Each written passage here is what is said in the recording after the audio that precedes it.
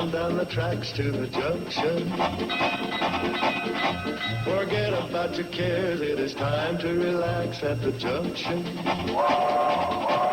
Lots of curves, you bet, and even more when you get to the junction. Petticoat Junction. There's a little hotel called the Shady Rest at the junction. Petticoat Junction. It is run by Kate. Come and be her guest at the junction. Petticoat Junction. And that's Uncle Joe. He's a moving kind of slow at the junction. Petticoat Junction.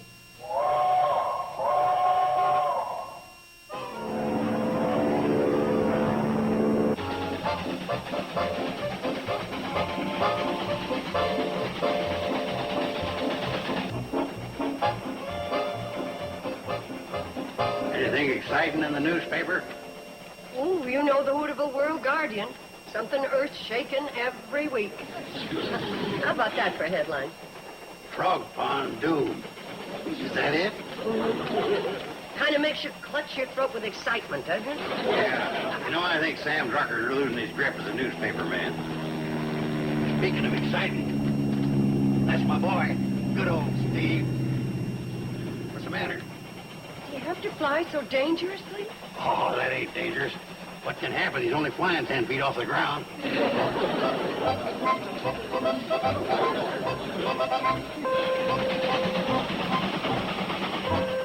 on, Steve. What happened next? You were 40,000 feet up, and your oxygen supply had conked out, and you were losing consciousness. And if it hadn't been for my CO's voice in my headset, I'd have ended up in the drink. What did he say? What did he say? He said if I crashed my plane and drowned, he'd cancel my 3-day pass in Honolulu. Imagine being in such danger and able to joke about it. Well, that's the way flyers are, I guess. Tell us more, Steve. Yeah. Well, once up in the Aleutians, the field was socked in. We were running low on gas, and the only place I could land was on an ice floe. Ooh, that sounds dangerous already. Them girls sure scare easy.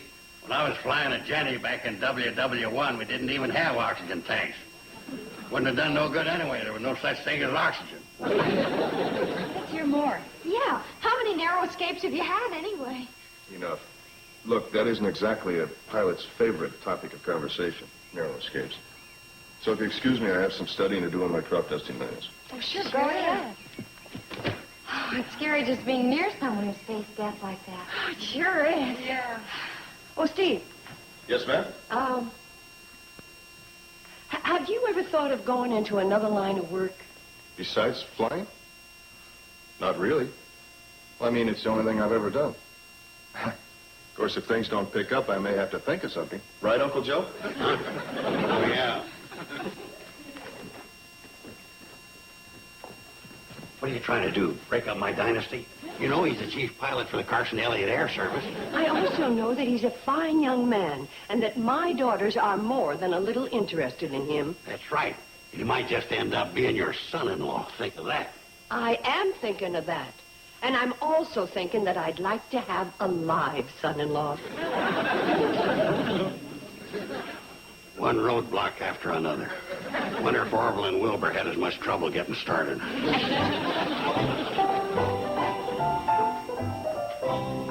Mom, listen to what I wrote for English class. Go ahead, I'm listening.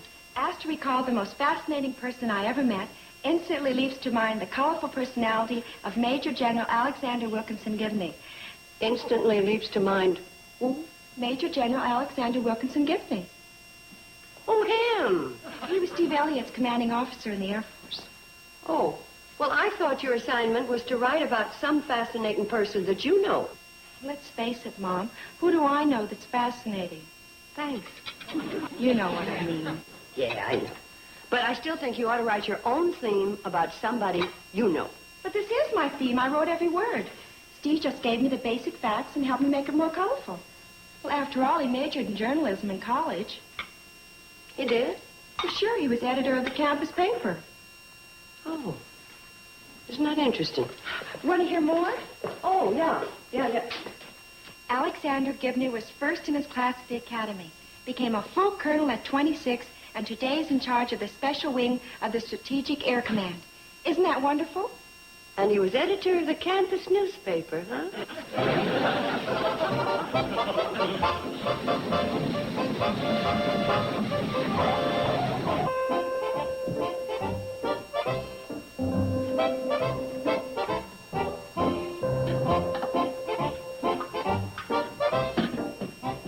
Hi, Kate.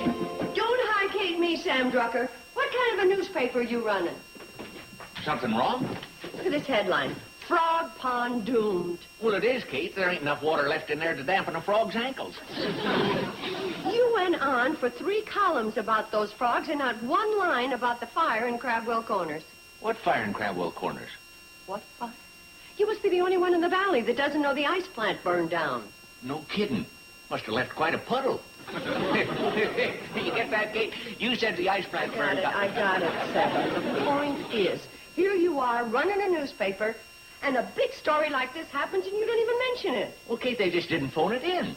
Phone it in. Criminally, Kate, with all I gotta do, I ain't got time to run around looking for news. If something happens, folks just gotta phone it in, like Stacy Whitcomb did with his frog pond. Aren't you interested in going out and digging up the news? You want to know a secret, Kate? I ain't even much interested in running a paper. It just takes too blame much time. How'd you like somebody to run it for you? Hmm? I know just the young man. College graduate, majored in journalism, bright, energetic. Oh, Sam, you'd be doing me such a favor if you'd offer him the job. Steve Elliott, huh? Mm-hmm. Well, if he wants it, he's got it. Oh, Sam, you know something, you're wonderful. Just wonderful. Bless you. Hold on. This mushy stuff is kind of fun.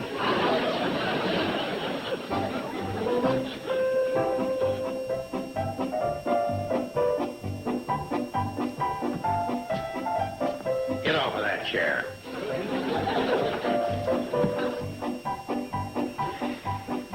While you've been loafing, I've been tramping over this whole valley scouting for insects. Trying to get my dynasty off the ground. There ain't an insect in 50 miles of here.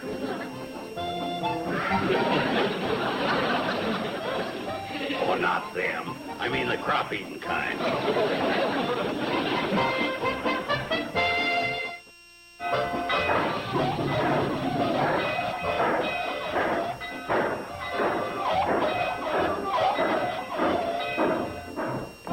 Uncle Joe, where's Steve? Where are the girls? Girls, Steve, come here. I got some wonderful news. What is it, Mom? It's all set to start tomorrow. Well, who starts what tomorrow? Steve, you're going to be the new editor of the Hootable World Guardian. That is if you take the job. Sam Drucker says you'll be in charge of the whole shebang. Well, that's very nice of you, Mrs. Bradley, but flying is my racket. How many flying jobs have you got lined up right now, Steve? You win, Mrs. Bradley. No. That news would probably destroy you. But I'm all ready to put into operation a plan that will overcome her move. That's why you're only a dog, and I'm the brains of the Carson Elliott empire. Sorry, Joe. I just don't need my crops dusted again this year. Don't need it. Newt, look at your cabbage. Laying there defenseless, crying out for help. I don't hear nothing. Not yet. But in a minute, you'll hear the roar of a low-flying airplane swooping in over your cabbages, making pass after pass.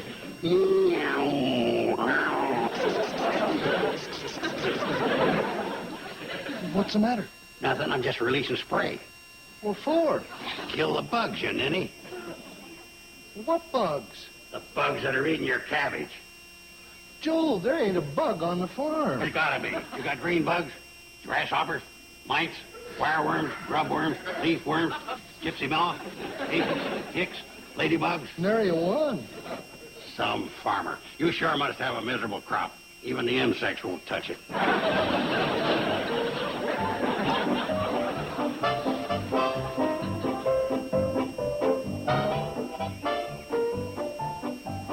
Hold it. Don't move, Roy. and scared him away. Scared who away? A Romanian corn beetle. He was about to sink his teeth in one of your choicest, juiciest ears of corn. Well, thanks a lot. But he'll be back. Them Romanians never give up. Roy, it's a lucky thing for you I just happened by. Them beetles not only chew the stalk right down to the ground, they go in after the roots. Oh, get out of the way. In a few weeks, Roy Turlock, you'll be standing sadly in your chawed-up fields while the other farmers are hauling their crops into market because they paid attention to the slogan, spray day is payday. Come to think of it, I do have one pest I'd like to get rid of. I'll sign you up for crop dusting. What is it, a chawing pest or a boring pest? It's a boring pest. And it weighs about 185 pounds and wears a checkered shirt. And I wish you'd get off my land. Okay, Roy. Just wait till them Romanian beetles come a-swarming down. You'll be hollering for help. You'll see.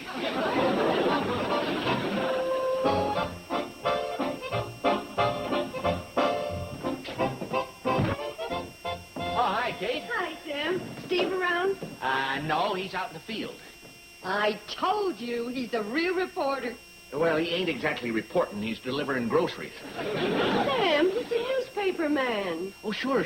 Only we're combining the jobs during this temporary slow period. Oh. News pretty scarce, huh? Yeah, well, put it this way. The biggest item since Steve joined the paper is that he joined the paper. Sam. I hope he doesn't get discouraged. No, I hope not either. He's a nice, bright boy. Oh, here he comes now. Hi, Mrs. Bradley. Hi, Steve. Mr. Drucker. Mrs. Hendricks made a payment on her bill. Say, that's a news item in itself. Well, how's it going? Oh, great. I just picked up a real stop-the-press item. Fred Ziffel is throwing a birthday party for his pig Arnold. Well, that is sort of newsy. Well, actually, it's newsier than you think. Fred invited the mayor of Crabwell Corners. Arnold heard about it, threw a fit, and the whole thing's been called off. How come?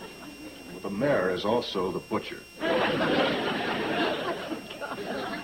But seriously, I'm afraid this isn't going to work out. I appreciate the opportunity and your generosity, but I guess I'm used to a little more activity. Oh, there you are, Steve. Say, what a tough break. I had this charter flight all lined up, and it fell through. The mayor of Crabwell Corners was going to this birthday party. We know, Uncle Joe, we know.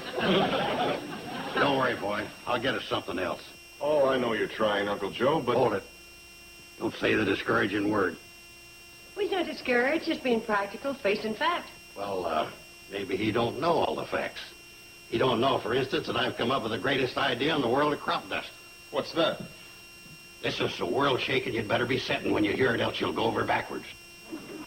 I think I can handle it. What is the idea, Joe?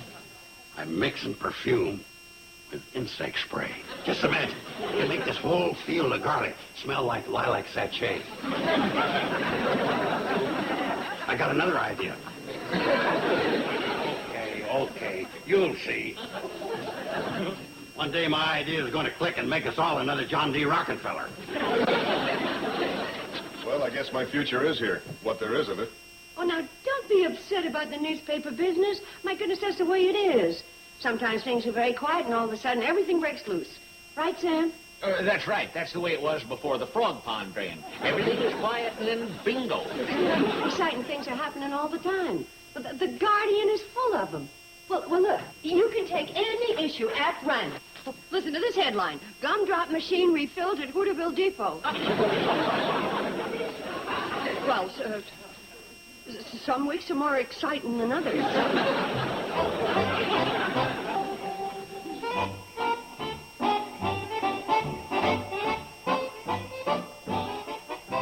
All right. Now we'll see if you're worth your salt. If you see any insects, you point. You get it? Any bug. Grubworms, beetles, aphids, grasshoppers. And we'll fill this here sack with the bugs. We'll scatter them around among the farms and create a demand for crop dusting. We'll start looking. Got a set already, huh? Go get him. Go get him. Go get him, boy. I'm coming.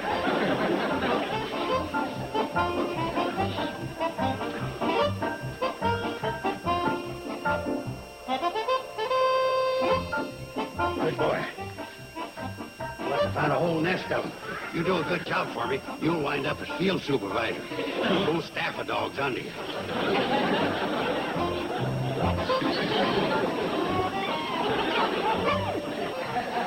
I might have known you couldn't handle responsibility. Field supervisor. You ain't even fit to be office boy. Well, this only means one thing. I'll have to put Plan B into effect.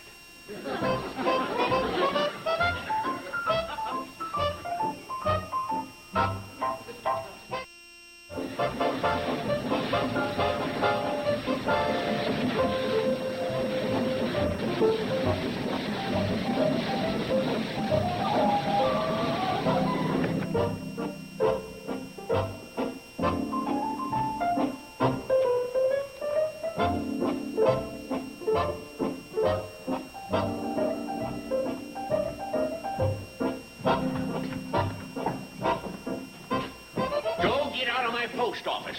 Look at my parcel post package. Joe, I'm warning you for the last time. As postmaster, I'm telling you, you can get 5 years in Leavenworth for what you're doing, and as justice of the peace, I can give them to you. That ain't for you. That's from the Hardy Har Har Novelty Company. I know that. It's addressed to the president of the Carson Elliott dynasty. Well, that's me. You're delaying my empire.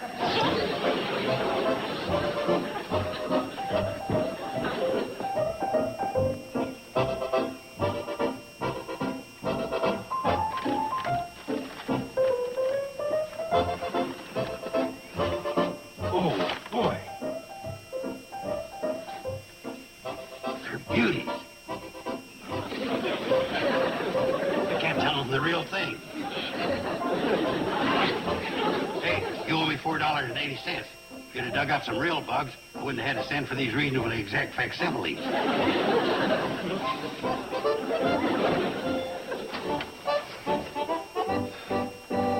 Mrs. Bradley, are you sure you need these? You're not just ordering them on my account. Oh, no, Steve. We've been planning this ad campaign for the Shady Rest for years. And I love the slogan you thought up for the flyer. Come to the restful Shady Rest, where you can rest and shave. This says it all. Well, I'll get started. Oh, Mr. Drucker's out on a delivery. Oh, well, you go ahead. I'll get it for you. Drucker's store. Oh, yeah, it's me, Sarah. Steve is busy at the moment. Can I help you? What? A story? Well, just a minute, I'll get a pencil. Okay, shoot. Neutrality reports what? 6 striped cabbage beetles and a tomato worm on his farm. Oh, yeah, I wrote it down. And you call in if you get any more scoops like that, Sarah. Bye. Well, I'll admit that half a dozen cabbage beetles isn't the biggest story in the world, but it's a novelty around here. Sure, I could put it under oddities in the news. Hello, Druckers. Oh, it's you again, Sarah, huh? Bert Russell's found what on his farm? 9 rutabaga weevils. And Vernon Mumau reports 16 potato bugs. Yeah, 5 grasshoppers and a sow bug. Oh, you do that, Sarah. That's what we're here for, to handle the big news.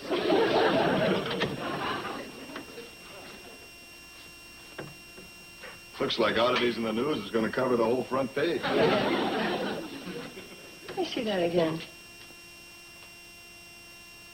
You know, Steve, this may be bigger than you think. This valley hasn't had insects like these in years.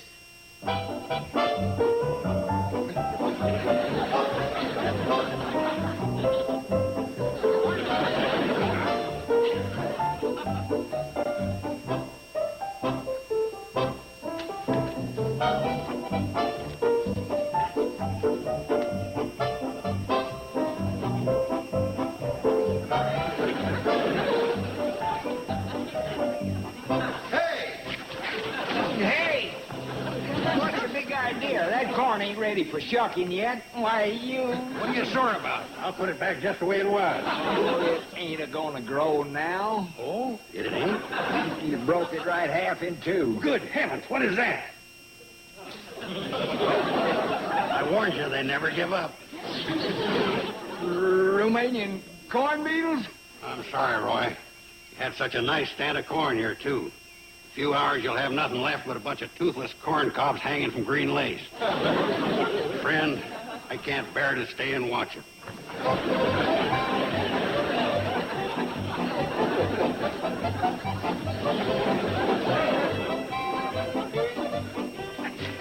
Working great. You're a lucky dog to get a first-hand view of a real brain in operation. You ought to be taking notes of this.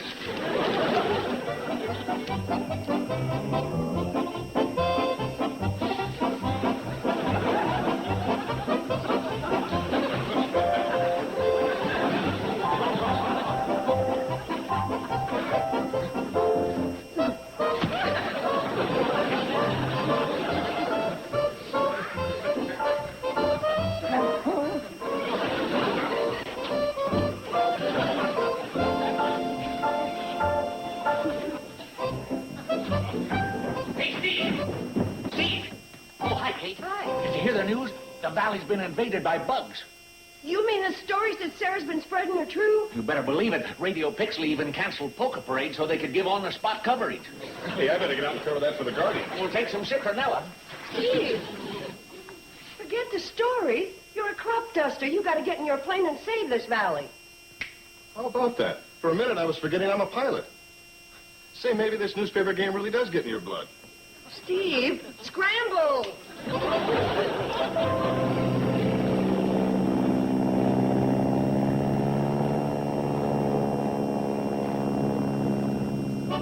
Hi, Kate. Steve must have half the valley sprayed by now. You know, the publicity we get from this job ought to attract crop dusting offers from California, Florida, Oregon, maybe even Siberia. Don't you worry, Kate. Steve will kill every bug pest in this valley. What about these? What are those? I found them under your bed when I was cleaning your room. Oh, that just proves Steve's doing a good job. They not only crawl under the bed, but they crawl in jars and screw the lids down. The Hardy-Har Novelty Company. Like insects fool your friends. Kate, that's top secret. You let that news out and our empire will topple. They'll ride me out of town on a rail. They'll ride you into town, straight to jail. What do you think they do to people who perpetrate a fraud? Now, wait a minute. I didn't mean to do anything bad. Oh, well, then you tell the judge you're sorry, and maybe he'll let you write I was a bad boy 500 times on the blackboard. I just hope that Steve gets off that easily. Steve, he didn't do anything. Maybe not, but he's your partner. Nobody's going to believe he wasn't in on it. Now, wait a minute. Look, Kate, I'll take the rap. I'll go pack my clothes for South America.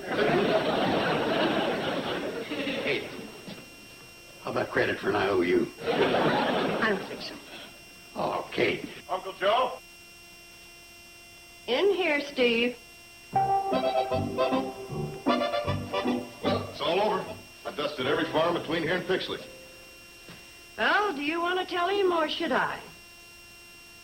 Well, you see, I think there's something you ought to know. Anything to do with these? You know already, huh? I found out when I landed to tell the farmers there'd be no charge because it was an emergency. You didn't collect any money? No, it didn't seem right. Hot dog, did you hear that, Kate? They can't do anything to us. They ain't got no habeas corpus. How did the farmers take it when they found out? Well, a few were mad at first. Then some said it demonstrated how valuable it was to have a crop duster right here in the valley. Next thing I knew, they were all signing up for regular service on an annual basis. How about that? Yeah, how about that? Well, I guess this writes the end to your newspaper career. Well, let's face it, I wasn't exactly a threat to Drew Pearson. Excuse me, I want to tell Billy Joe the good news. Well, you lucked out again. Oh, I don't know. It worked out pretty much the way I had it planned. The way you had it planned. With a few minor changes. That's like saying that Custer's last stand worked out the way General Custer had it planned. A few minor changes.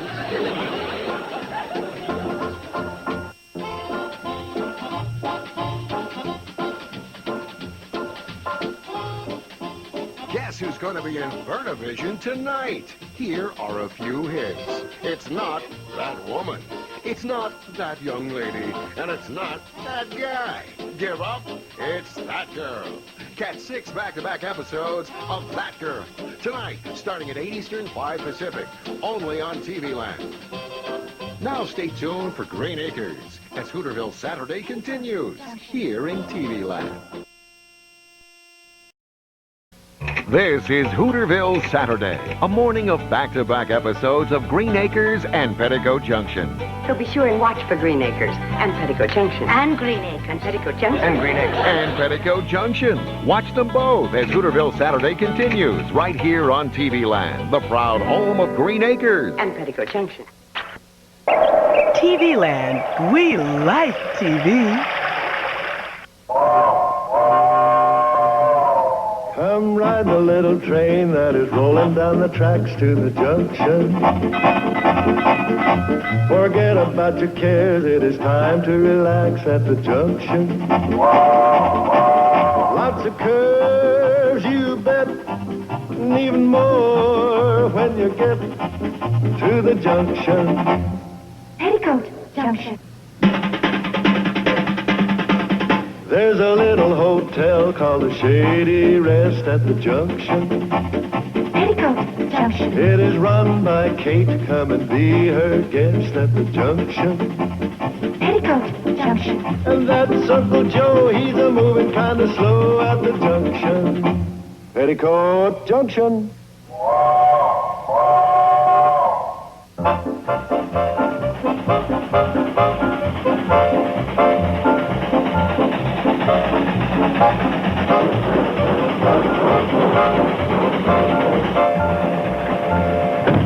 Can't you go faster? Faster? We're doing over 13 miles an hour now. Well, what's the hurry? Can't tell you till we get to the Shady Rest, but it's big, big.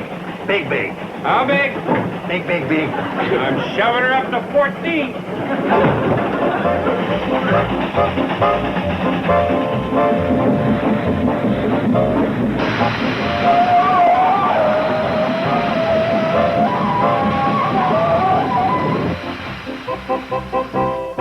What are you doing riding the engine? I gotta keep these fellas hustling. There's no time to wait for a thing as big as this. What thing?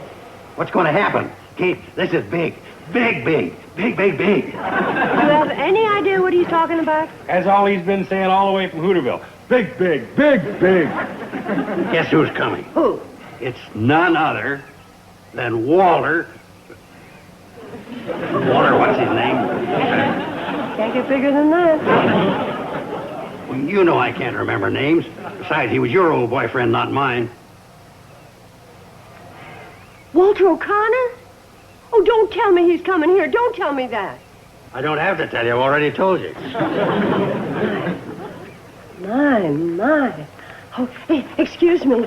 Big. Feel better? Like a little more apricot juice? No, I'm fine. It was just the suddenness of hearing that Walter O'Connor was coming here after all these years. He must have been something. Was he dreamy, Mom? Well, he couldn't hold a candle to your father.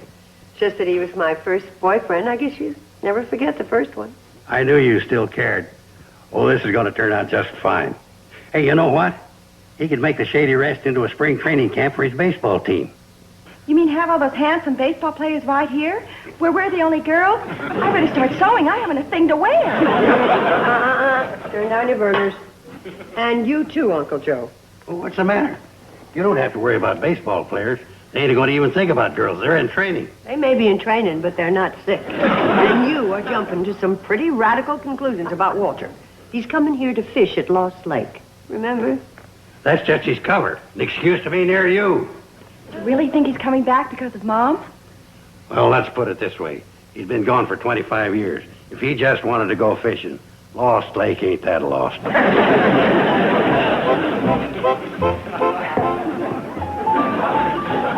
Atta girl.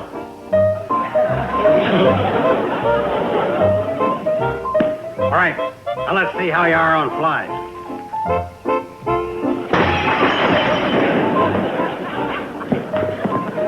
Now what? Let's see how you are at running. Hold it.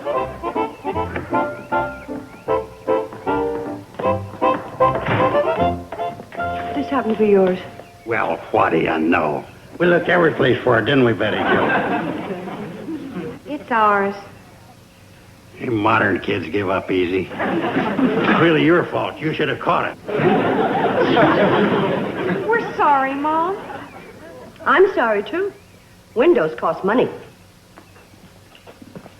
Oh, forget it. We'll have plenty. What was my great idea? Betty Jo's bonus. We'll clean up. Well, first, back up. Betty Jo's bonus? Yeah, for signing with Walter O'Connor's team. That's what I'm training her for. She's a natural. Oh, I'm sorry, but I happen to be the tiniest bit influenced by the fact that there's never been a girl in the major leagues. What about Babe Ruth? Oh, all right, outside of her. Mom, maybe Mr. O'Connor would give Betty Jo a chance. I mean, if he's so interested in you and all. Well, all of you stop trying to marry me off. This is one man's idea, and look whose. The cannonball. Walter should be on it. Come on.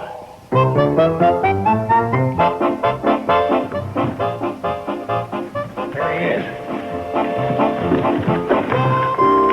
Welcome to the Shady Rest. Hold on, he ain't officially arrived yet. The CNFW considers each and every passenger a personal responsibility from the time of boarding until said passenger is back on good old terra firma. That's sir.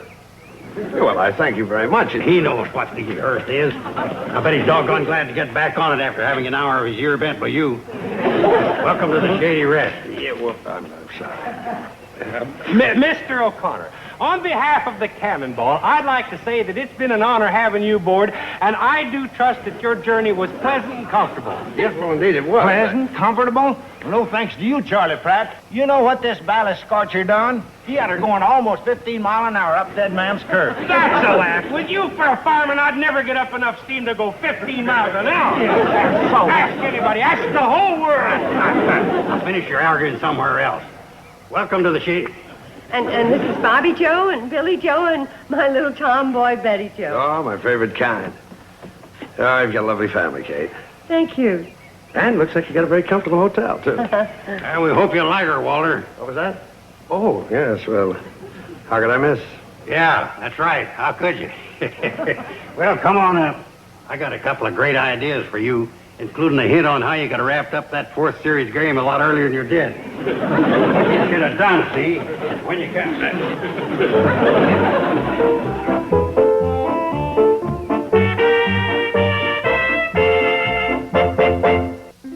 Petticoat Junction will return after these messages. And now, back to Petticoat Junction. The time I'm talking about was in the sixth inning, when he brought in this fella Hinkle for a pinch hitter. Well, sir, when I heard that come over the radio, you know what I said to myself? I said, too bad I'm not sitting alongside of Walter. But you know who I'd have dropped into a spot like that? Who? Joe DiMaggio. Right, you're absolutely right. It'd been a great spot for DiMaggio. Only spot for him. Well, you'd have probably thought of it, too, if you hadn't been for the pressure. Yeah. You had a lot on your mind. Mr. O'Connor, did Joe DiMaggio ever play on your team? Well, no, unfortunately not. And besides, he retired a long time ago, didn't he? That's right, quite a few years back. And that fellow you put in, Henkel, didn't he hit a home run? Yes, he did. Hit a grand slam that won the game for us. I liked it a whole lot better when you kids was young and had an early bedtime. Uncle Joe, I hope you're still not talking baseball. Why don't you let somebody else have the floor and help me with this? Go here, let me. Thank you. Kate, you don't understand fellas like Walter. Baseball's their whole life. Right, Walter? Oh, well, not quite. Yeah, as a matter of fact, I came down here to get away from baseball for a while. The fishing still as good as ever up at Lost Lake? Good as ever. You don't dare trail your hand in the water unless you want a sleeve full of trout. Uncle Joe exaggerates a little, but it is good fishing. And it's still lovely and peaceful and quiet. That's just the kind of place I'm looking for. Yeah, you'll have to go up there. Hey, Kate'll take you. Me? Yeah, she knows Lost Lake better than anybody.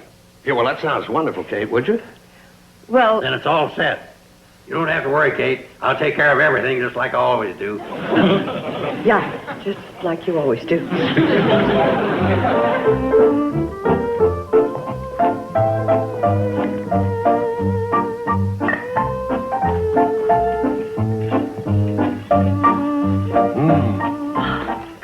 I didn't hear you come in. Mind? Not at all. Yeah, so you run this whole place all by yourself, huh, Kate? Oh, well, I get a lot of help from Uncle Joe and the girls. Well, you know what I mean.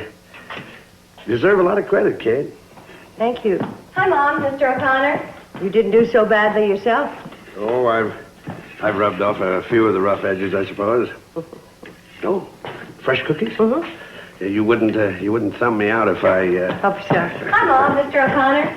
You know, I've been very proud reading about you in the paper through the years. You read the sport pages? When they mention Mr. Walter O'Connor. Hi, Mom, Mr. O'Connor. Oh, I'm very flattered.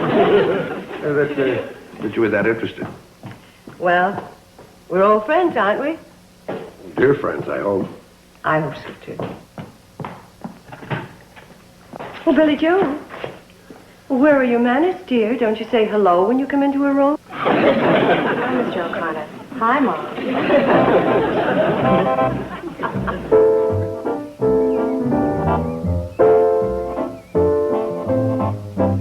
Hey, what's up? You're a million miles away. Oh, I was just thinking. Guess which Bradley girl's going to be the first one to get married? Huh? Well, don't get that trap look. I didn't mean present company. Well, it wouldn't be a bad idea. I mean, well, one of these days. Well, why not? Look, you can stop squirming. I said present company accepted. Oh. You don't want to marry me? Well, not right this minute. Forget us. I'm talking about Mom and Mr. O'Connor. Well, they're old enough to... They're old enough, period. That's all it takes. Yeah. How about that?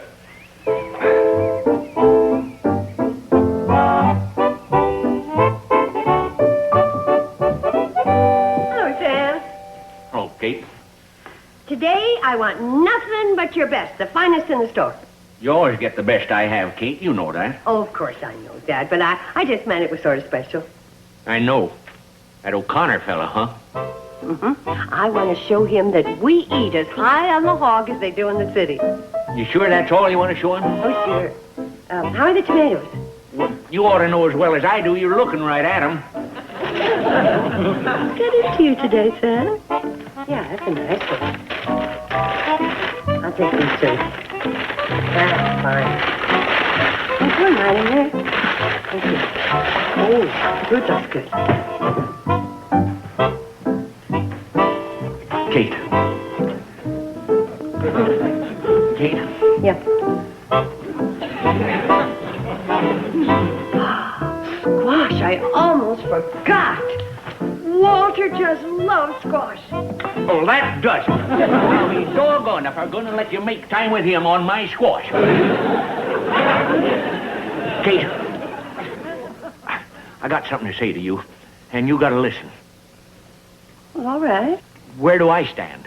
Where do you stand on what? Oh, don't play games, girl. Girl? I don't know what you're up to, Sam, but you're off to an awfully good start.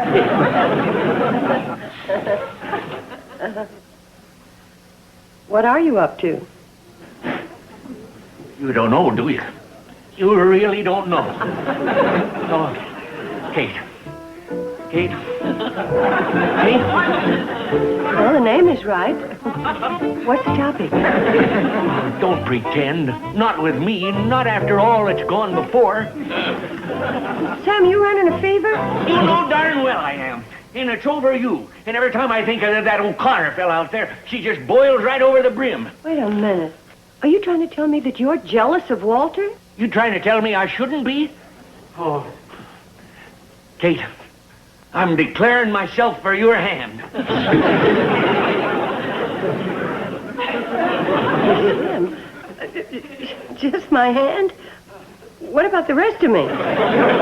Don't joke. Not about this.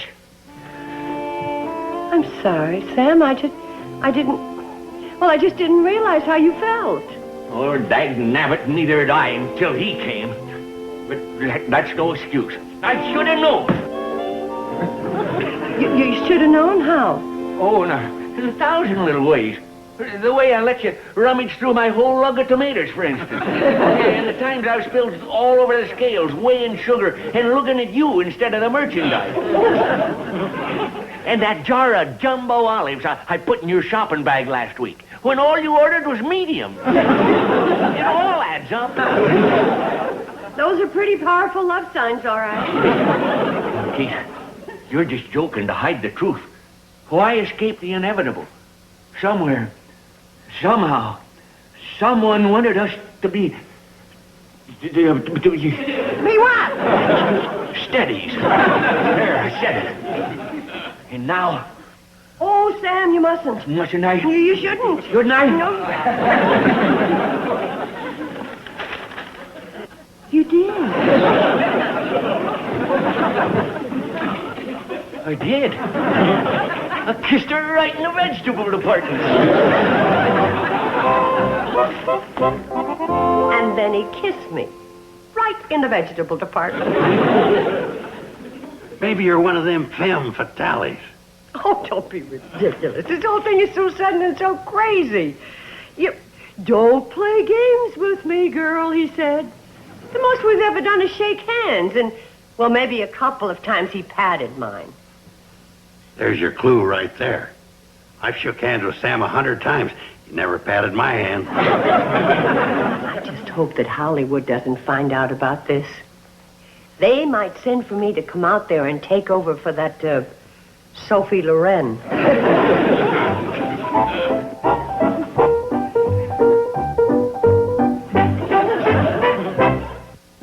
Petticoat Junction will return after these messages. And now, back to Petticoat Junction. Would you like another sandwich, Walter? We have ham and cheese and salami left. No more sandwiches, Kate. I'd rather talk. How about if I took the salami and put it in with the others? It'd make it an interesting combination, don't you think? Well, I was thinking of another very interesting kind of combination. Walter, you got a bite.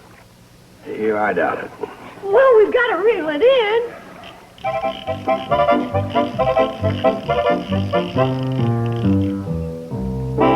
Well, sure you had a bite. He ate the bait off the hook. No, he didn't, Kate. Kate, I've been out of bait for half an hour.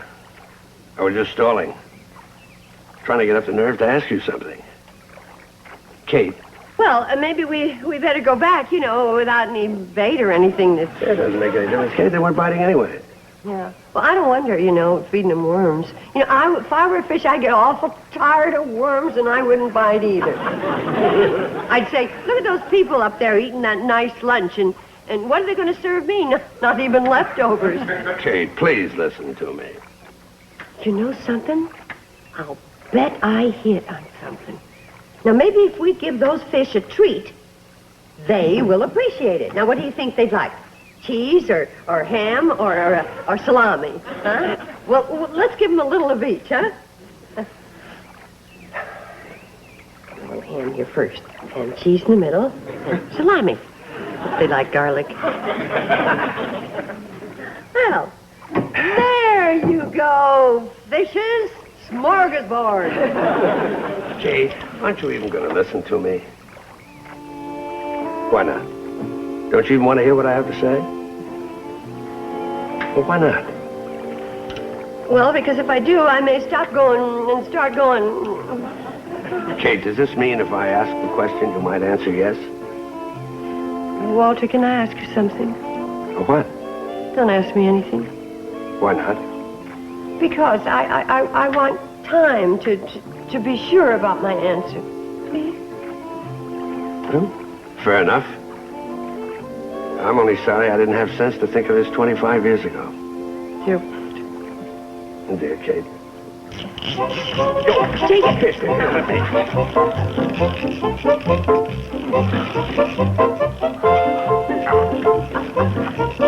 He's a whopper. Hey. Hey, there he is. How about that? With cold cuts for bait. There's something else we should have thought about 25 years ago.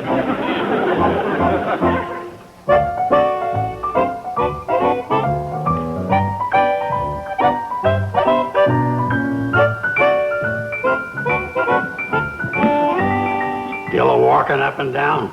What do you expect? It's pretty near 8:30 and ain't back yet. Some fishing trip. Wearing a trench in that rug ain't going to bring him back any sooner. But you know enough to take your hat off in the house? You're wearing yours. I always wear mine. Hey, what are you hiding? Nothing. Let's see. No, wait a minute. All right. Can't be. Oh, you come a-courting, you come a-courting. Well, what about it? Ah, you'll love the city, Kate. It's exciting, alive. Things happen. What is it? What's the matter? Alice, it's just I never thought of ever leaving the Shady Rest. It's been my whole life. Yeah, well, I can see that.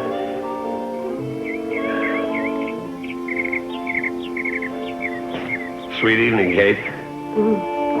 Do we have to go in? Couldn't we sit down and swing and talk for a while?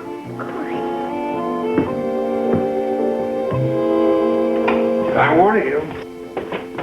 I'm a pretty good salesman. Even won an argument from an umpire once. Well, it's about time. Why don't you leave it off, Mr. Drucker? Huh? Oh, well, I don't think I... Very useful. Yeah?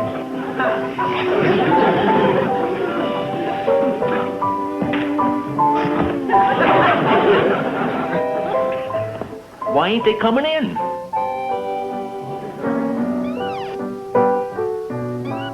What's that? The porch swing. It needs oiling.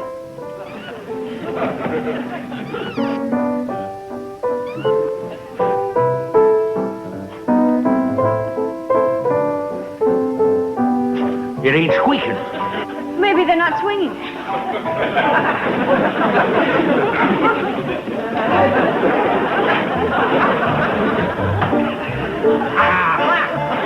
How's that? Sam! Go ahead. Tell me you was just looking for a dropped nickel. What's happening? This is none of your business. Yeah, I think it is. I think it's all your business, It is? isn't it? Well, I'm not so sure. I think when a proposer is proposing, the proposee has the right to pick her own audience. He was proposing. Oh, let us hear it. Please, Mom. It may be the only one I'll ever hear. I know these are modern times, but I did not stand around when my mother was proposed to. Yeah, I can see where that'd take the edge off of it. Joe, instead of making jokes, you ought to be asking him pertinent questions. Such as? Well, you're her uncle. Ask him what his intentions are. I'm her uncle. What are your intentions? I want to marry you. Or what are his prospects? What are your prospects? Well, I have $1 million. You better quit. His answer is a lot better than your questions. No, this whole thing is just ridiculous. Well, it sure is. Especially since I've already been turned down. Turned down? Yeah, that's right. The lady said no. Which I believe is my cue to say goodnight.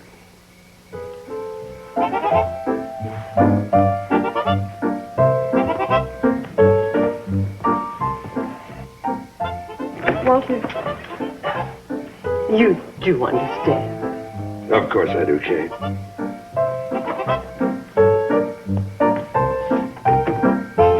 Well, go ahead. Huh? You darn fool, now's your time to move in. With Walter out of the running, you can sweep her off her feet. Hey, Kate, Sam's got something he wants to say. Oh? What is it, Sam? Well, I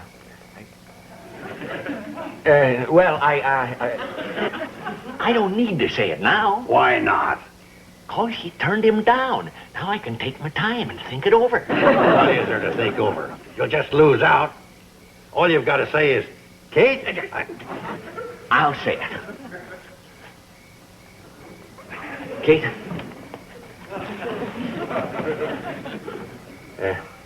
Kate? Sam, I hope you're not going to ask me to marry you. Well, that's what I was trying. You do? How come? Because I'd have to say no. You would? Well, sure. We've been two good friends all these years to take a chance on spoiling it by getting married. You really mean that? I sure do. Well, in that case, all I can say is, shake, pal. what a disgusting day this has been.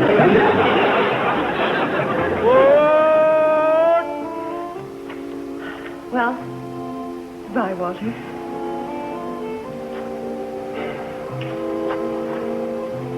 Bye, Kate.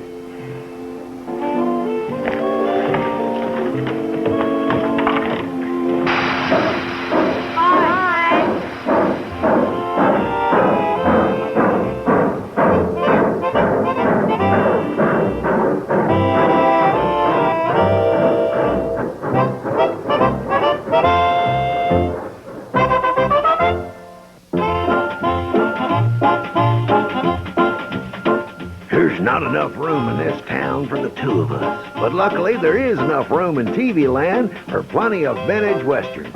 Watch TV Land Goes West, a 4-hour block of rarely seen western series. Tomorrow, starting at 12 noon Eastern, 9 a.m. Pacific, right here. Now stay tuned for Green Acres as Hooterville Saturday continues here in TV Land. Petticoat Junction.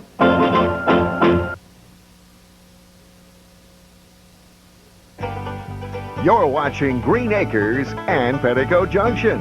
They both take place in Hooterville, which means you're in the right place for Hooterville Saturday. Stick around for more right here on TV Land. Come ride the little train that is rolling down the tracks to the junction. Forget about your cares, it is time to relax at the junction. Lots of curves, you bet, and even more when you get to the junction. Petticoat Junction.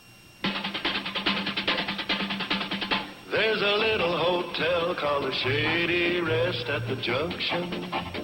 Petticoat Junction. It is run by Kate. Come and be her guest at the junction. Petticoat Junction. And that's Uncle Joe. He's a moving kind of slow at the junction. Petticoat Junction.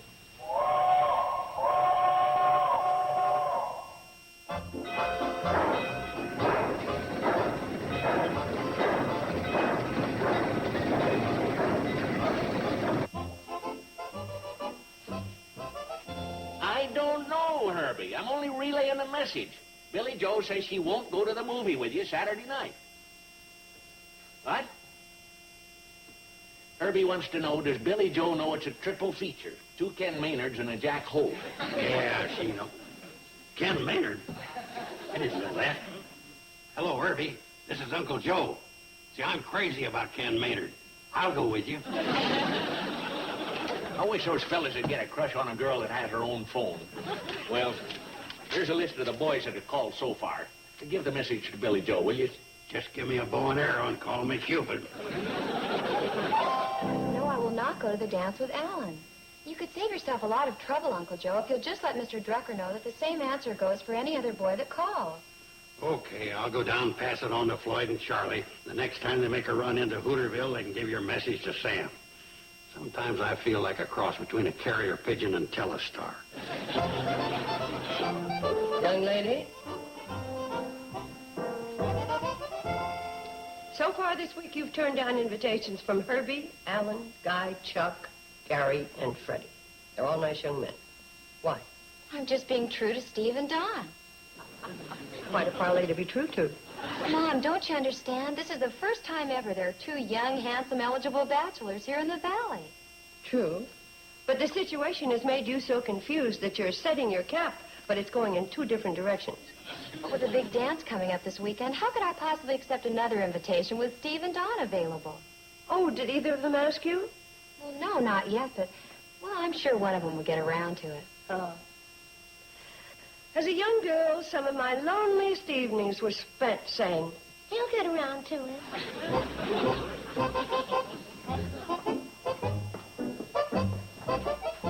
Take an inventory? I was just seeing what pair of shoes go best with my new dress purse and gloves.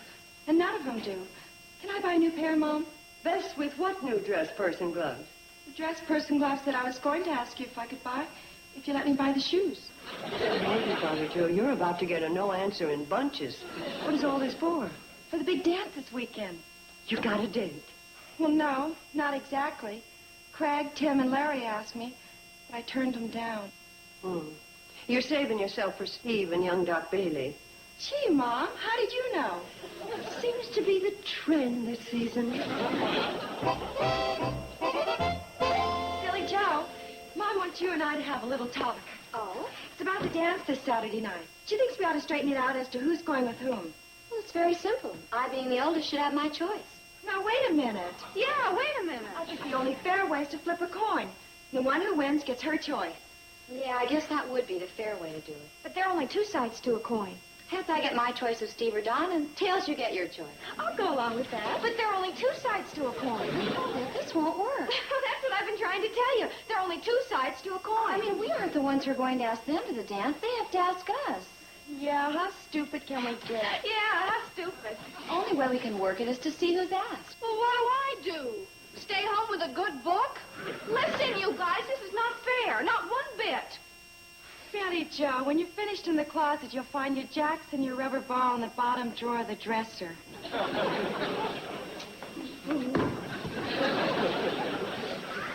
Billy Joe, there's a young man downstairs to see you.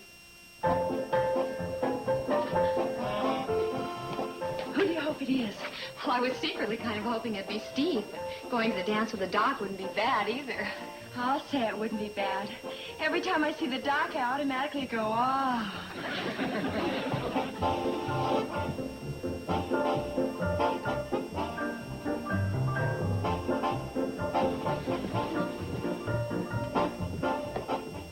Howdy, Billy Joe. Oh, hiya. I just came by, Billy Joe, to ask you if you'd go to the dance with me Saturday night. The dance? We could have a zinger of a time. I learned me a new dance step. Watch. Ain't that a doozy, Billy Joe? Yeah, that's very good, Al. How about it? Will you go to the dance with me? Well, you see, the thing is, well, I already have plans for Saturday night. Yeah, I guess I should have known. Hey, how about Bobby Joe going with me? Is she around? Yeah, I guess it wouldn't hurt you to ask Bobby Joe.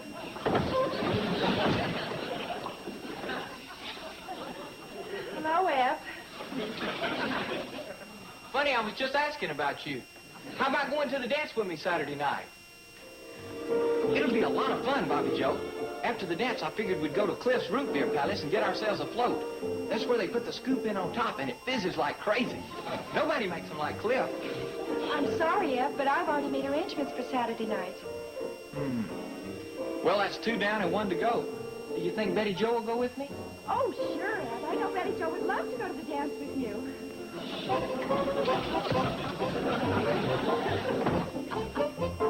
Betty Joe! Betty Joe! I know she's up there, Eb. Come on, you can talk to her. Mom, have you seen Betty Joe? Well, I'm not sure, but just a minute ago I saw a blur go in that room. Thanks, Mom. Betty Joe!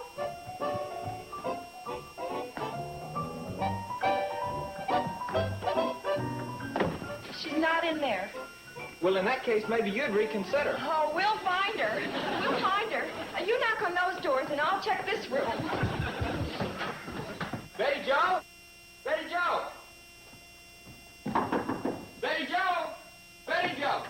I'm sorry, Eb. I don't know what happened to her.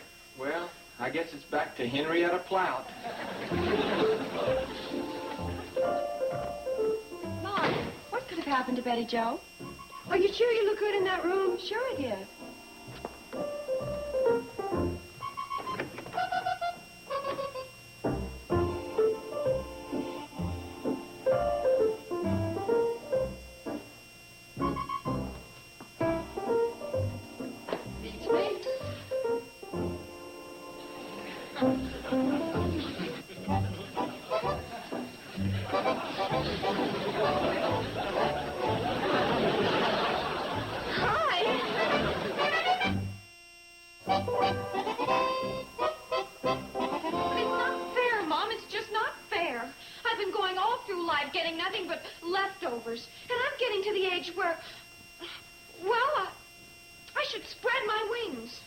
And your older sisters keep clipping them off, huh?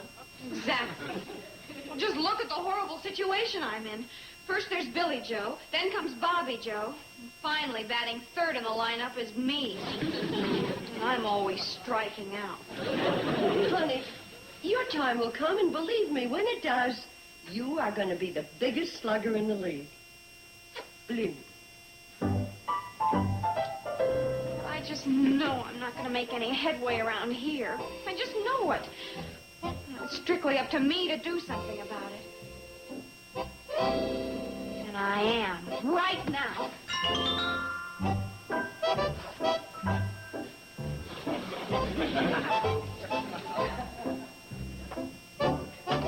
That's 4 in a row. Including last month's games, you now owe me a total of 20 cents. Okay. Hey, put this on my bill, too. You ain't got a bill. That'll be 69 cents. 69 cents? How much is that one? 49 cents. Good. I'll put this one back and take this one. 20 cents difference wipes out my checker debt. Fair enough? Well, I suppose so. Still, oh, wait. You didn't pay me for the 69-cent fee. Why should I? I didn't take it.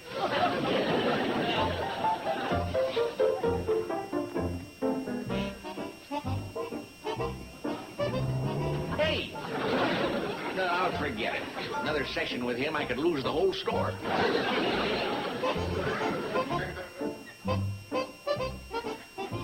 Hi, Mr. Drucker. Well, hi, Betty Joe. You going someplace? Not really.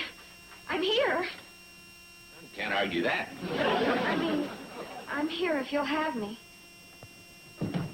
Mr. Drucker, do you know what it's like to be the youngest Bradley girl? Always the youngest. Not firsthand, no. Well, that's what I am. Always the youngest. Always. And it isn't fair. There ain't much you can do about it. I mean, you can't take turns. Well, I'm doing something. I'm going to be a career woman. That is, if you'll give me a job. Well, we don't have much call for career women around here. I mean, what about him? Is he a career dog? Oh, he just came along. A woman, alone in the world, needs somebody. You got your family. And we won't be living at the Shady Rest anymore. We're taking a room with the widow Jenkins here in Hooterville.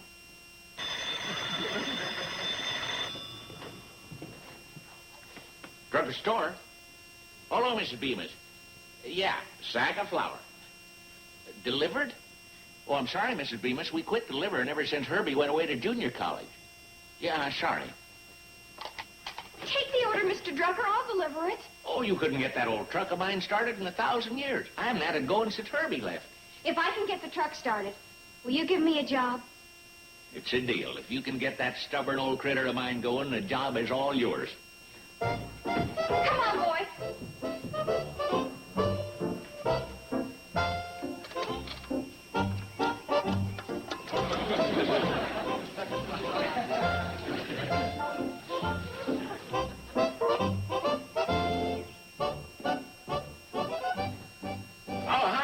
Hi, Sam. There are some things I need. You haven't seen any sign of my Betty Joe today, have you? Well, Kate, I'm not one to be telling tales out of school. Oh, you won't be telling tales out of school. Where my daughters are concerned, I am the principal and the entire faculty. Well, Kate, this might come as quite a blow to you, but she was in here today looking for a job. And you encouraged her by giving her one Sam. You're supposed to be a friend. Well, now, back off, Kate. Wait till you hear the conditions. I told her she had to start that old delivery truck of mine, and it's been froze up since last winter. Well, that's a pretty sneaky, low-down trick, and congratulations for thinking of it. Now, while I crank her, you pull out the choke. Right there. Pull it out like this, see?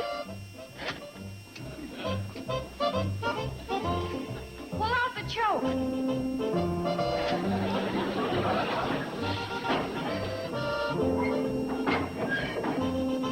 Pull it out farther.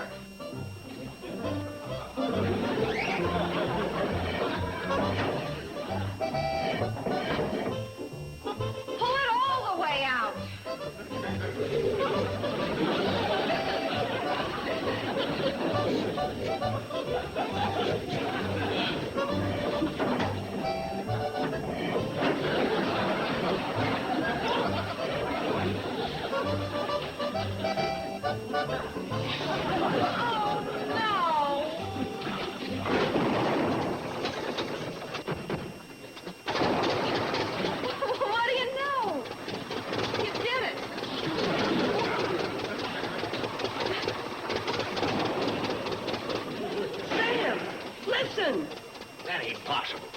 ain't possible.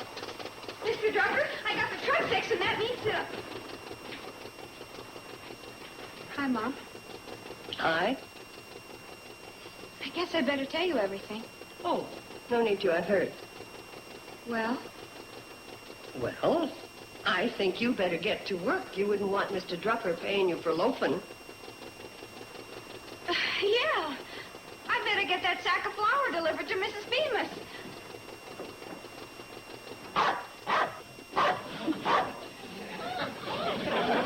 Oh, don't give me that charm business. You're on her side. Oh, it won't last, Kate. She don't know what she's letting herself in for, taking on a man's job. I better help her carry that sack of flour to the truck. See ya.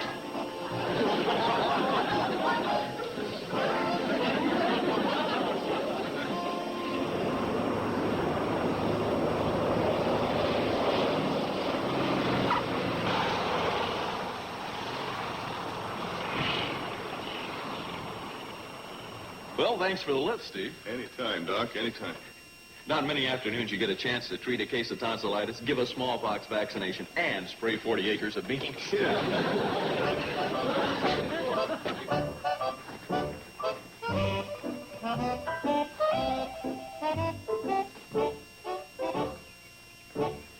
Hi, Eb. Howdy. Eb? You know, Doc Bailey here.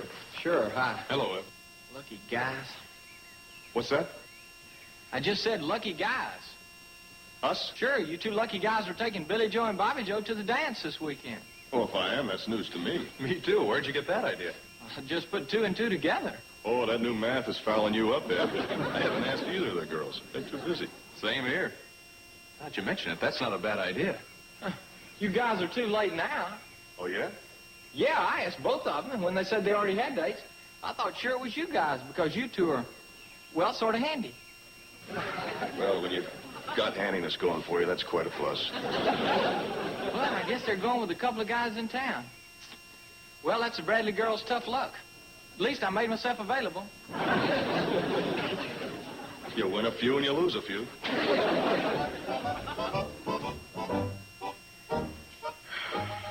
Tossed a few subtle hints to Steve and Don, but nothing works. Well, if they don't ask us at dinner tonight, we're just going to have to forget the subtlety and be a little more obvious, that's all. I can't wait till Saturday night. Can you, Bobby Joe? I sure can. This is going to be the biggest dance of the year. I guess that's because everyone's invited. Isn't that right?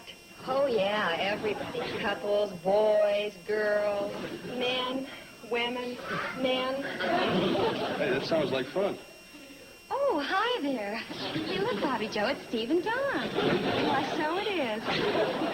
We were just talking about the dance Saturday night. Yeah, we kind of gathered that. Are you going to the dance Saturday night? Well, I guess not. You guess not. We thought we'd go on a fishing trip this weekend. Yeah, the bass are really supposed to be biting this year. Ought to be a blast. Say, we ought to go check on our gear. That's right.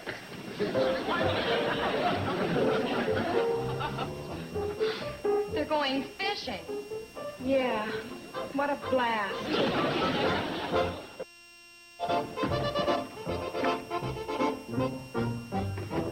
Billy Joe? Bobby Joe? Billy Joe! Bobby Joe! Billy Joe? Hi, Ed. Hello, Ed. I got your message from Floyd and Charlie that you wanted to see me right away. Big emergency. That's right, Ed. We have a favor to ask of you.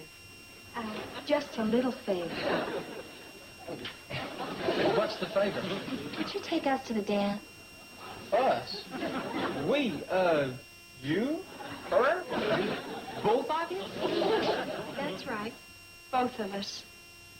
Well, Please, Ed?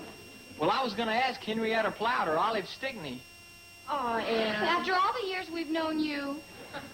Okay, I'll take you. Henrietta and Olive will just have to eat their hearts out. Take both of us? Sure, you're a couple of good kids. I'll spread myself around. Oh, that's great. Thanks a lot. Don't mention it. Anytime, girls. Anytime.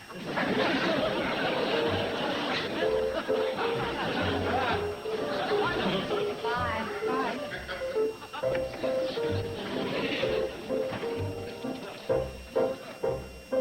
Yeah! Hi, Miss Bradley. Hi, Ed. Boy, mosquitoes are sure bad this time of year. They sure are. Ed, I wanted to talk to you about the dance tomorrow night. You too? Well, I'll see if I can work you in, Miss Bradley. Ed, Boy, I'm gonna have to pass out numbers like they do in the meat market.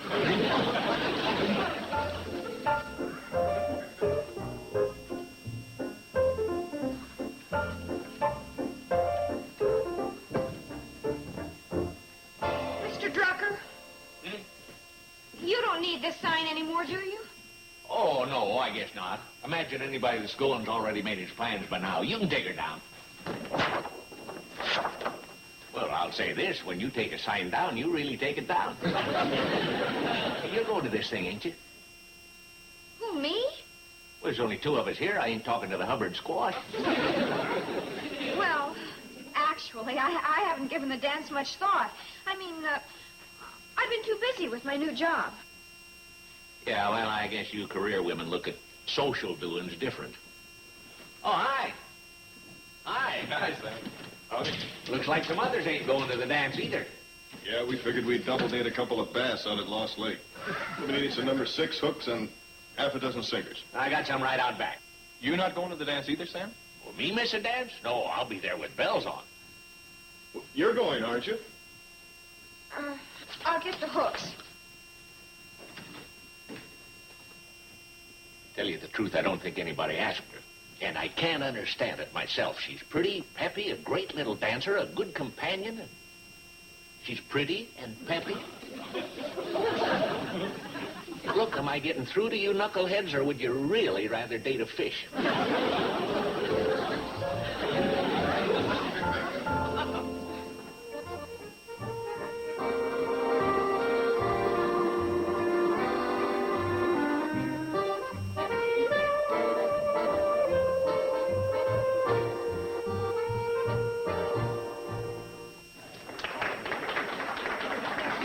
I believe this is my dance.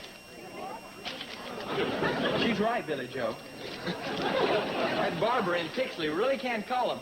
He said this new pomade for hair would have me beating the girls off with a stick. how's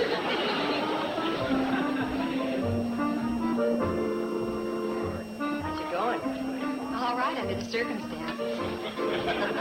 Yeah, I guess half an ebb is better than no ebb at all. Come on, move, will you?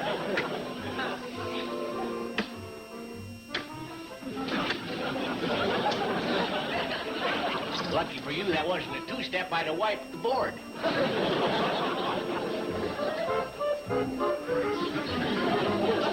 Oh, look. Betty Jo has both Steve and Doc Bailey.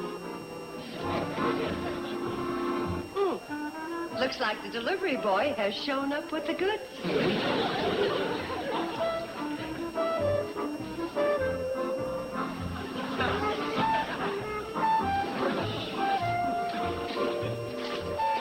Excuse me.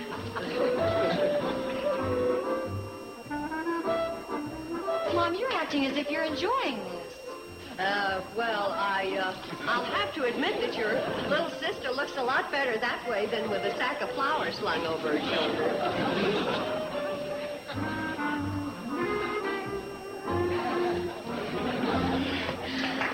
Steve, if you'd care to dance with my sisters, I wouldn't mind. Really, I wouldn't.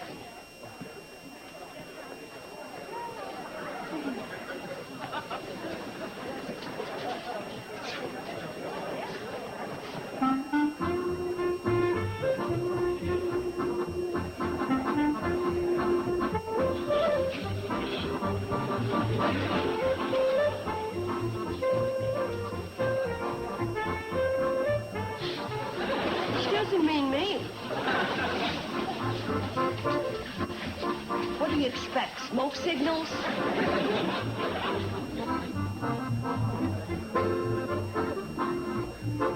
You're okay, Tiger.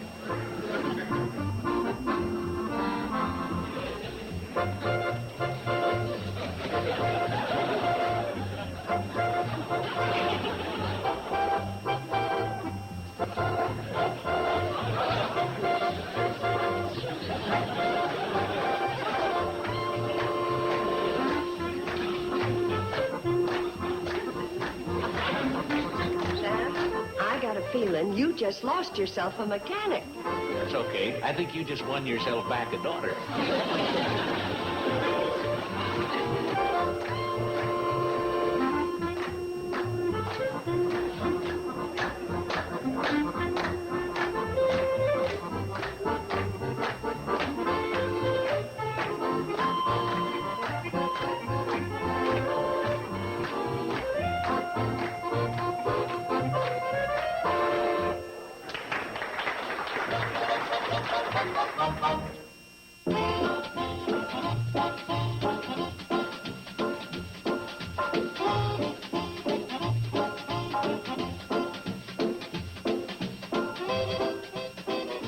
Guess who's going to be in Vertivision tonight?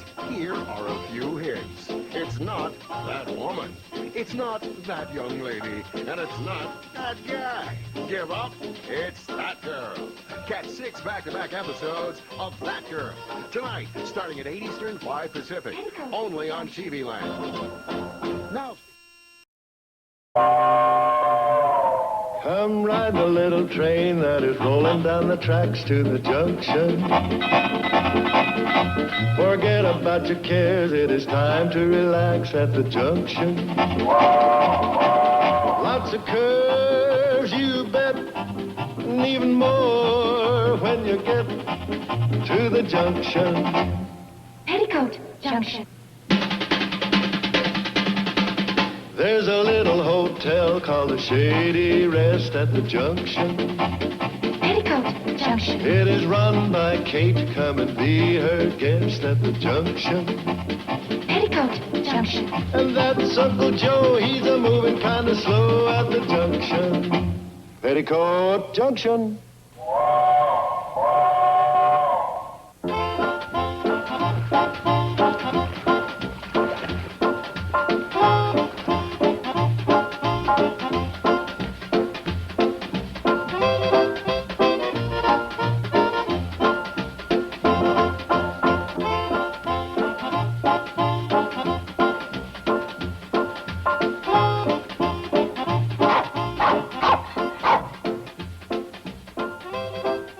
Thanks, Floyd.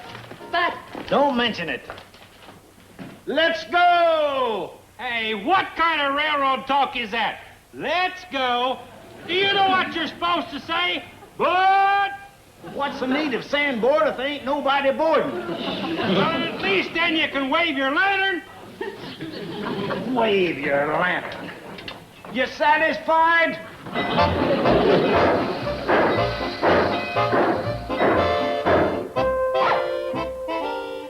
Don't ever let that dog carry my lodge bulletin up here again. What's the matter, Uncle Joe? How do I know when they're holding the annual picnic? Look, punched the date out with his teeth.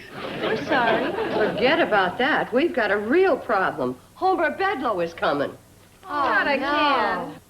He's even got the nerve to ask for our best room over the veranda. If you ask me, I think he'd be more at home under a rock. Yeah, you got something there, Kate. But would it be fair to the other worms? What do you suppose he's up to, Mom? Your guess is as good as mine.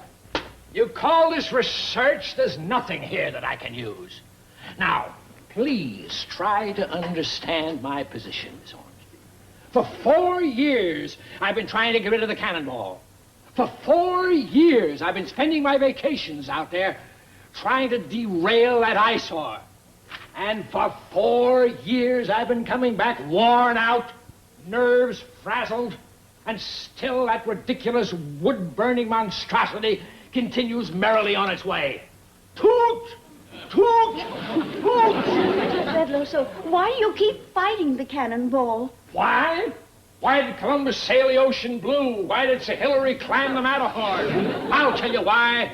Because it's there. Gate! Gate!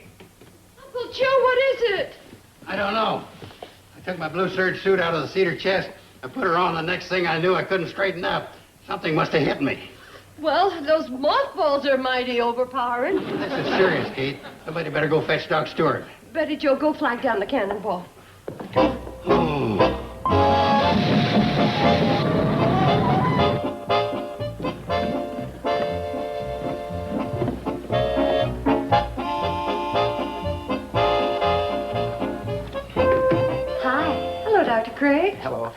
Dr. Stewart couldn't come. He has sciatica. Oh, how wonderful. Oh, that's too bad.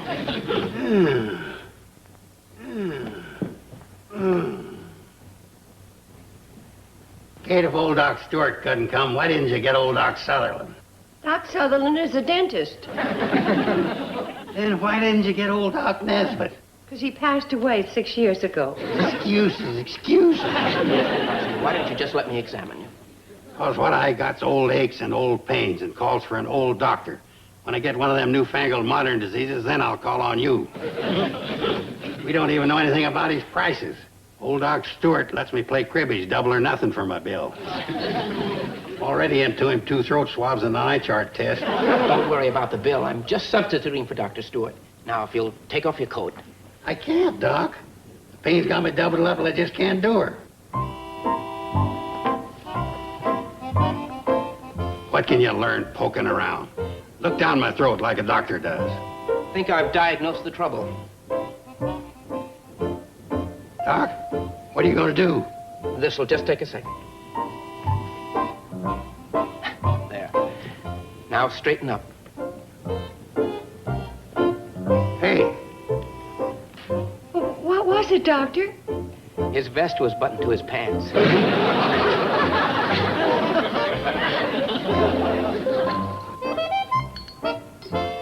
Let me pour you a second cup of coffee, Doctor. Thanks. Mr. Carson, I'm sorry if I embarrassed you. Believe me, it won't happen again. As a matter of fact, it can't. I'm leaving the valley. You're leaving? Mom, that's terrible. Gee, why? Simple economics. Just isn't enough business in the office for me and Doc Stewart. Maybe we could do something. Start an epidemic or something. I'm just trying to help out. That's the emergency whistle. Boy, you're getting good at coming in late. What's up, boys? Trouble on the track? Big emergency. Fred Zippel's pig Arnold has the sniffles. Oh, my God. Fred must be beside himself. Doc, better get aboard. He needs you pretty bad. What? This Fred Zippel, he expects me to doctor a pig? Oh, I think he trusts you. You know, coming from Fred, it's quite a compliment when he allows you to treat Arnold. Sorry, but I happen to be a people doctor, not an animal doctor. Well, Doc, this may sound odd to you, but Fred kind of considers Arnold one of the family. Doc, if you're set on treating humans, you could look in on Fred's wife while you're there.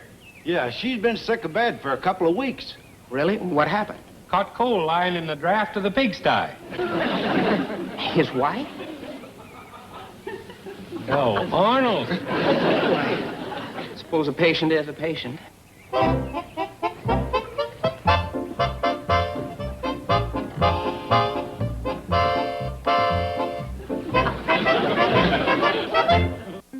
Petticoat Junction will return after these messages. And now, back to Petticoat Junction. Mom, I was just thinking, isn't it horrible? What? About Don. Oh, I mean, Dr. Craig. What about him? That he's leaving the valley. Isn't it about the most tragic thing that's ever happened? Well, I wouldn't exactly rate it with the locust plague or the flood of 54, but yeah, it's too bad, I guess. Just think, I mean, how many really eligible bachelors are there in the valley? Why do you think you cared, as long as Steve Elliott was one of them? Well, it never hurts to have a spare. Hi. Hi. Well, how'd it go? Well, I must have done all right. I got prompt pay. Is that what Fred gave you for curing his pig? Yep. And this cucumber for curing his wife. Well, it appears he was mighty grateful. Oh, and while I was there, I got another patient. Oh? A fellow named Crawford.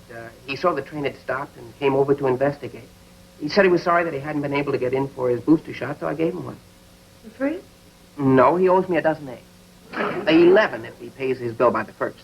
Oh, well, then you'll be staying here at least that long. No, not like... Wait a minute. Why not? Why not stay on permanently? What do you mean? How? Well, Fred Zippel, Henry Crawford. Well, there must be lots of people in the valley who can't get to town for doctoring because they don't have time. But if the doctor went to them... I get it. We make house calls from the Cannonball. Oh, Mom, you're terrific.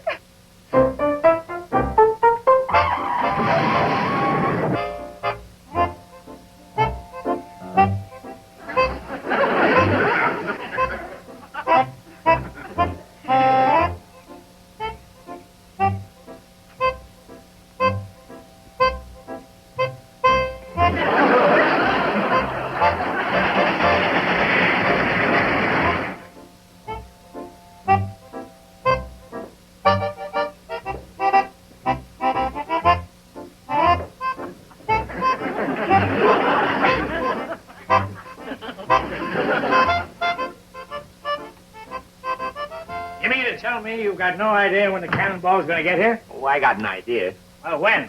It'll probably come today. I'd appreciate it if you wouldn't pound the counter like that. Have to break up the cookies in the cookie jar. Well, I'm sorry. That's all right. It's just that I'd have to sell them for seconds. What do you mean the Cannonball probably come here today? Doesn't it come every day? Well, not lately. Not since Doc Craig's been doctoring people along the right-of-way. What's that got to do with it? Well, naturally, he has to work from the train, and Floyd and Charlie, they sort of cooperate and wait until he swabs a throat or delivers a calf. What sort of a railroad is this anyway? Well, you ought to know. Your company owns it. But if you're really interested, I think it's a standard gauge with a 460 type wood-burning locomotive and a combination of coach. That's not what I mean.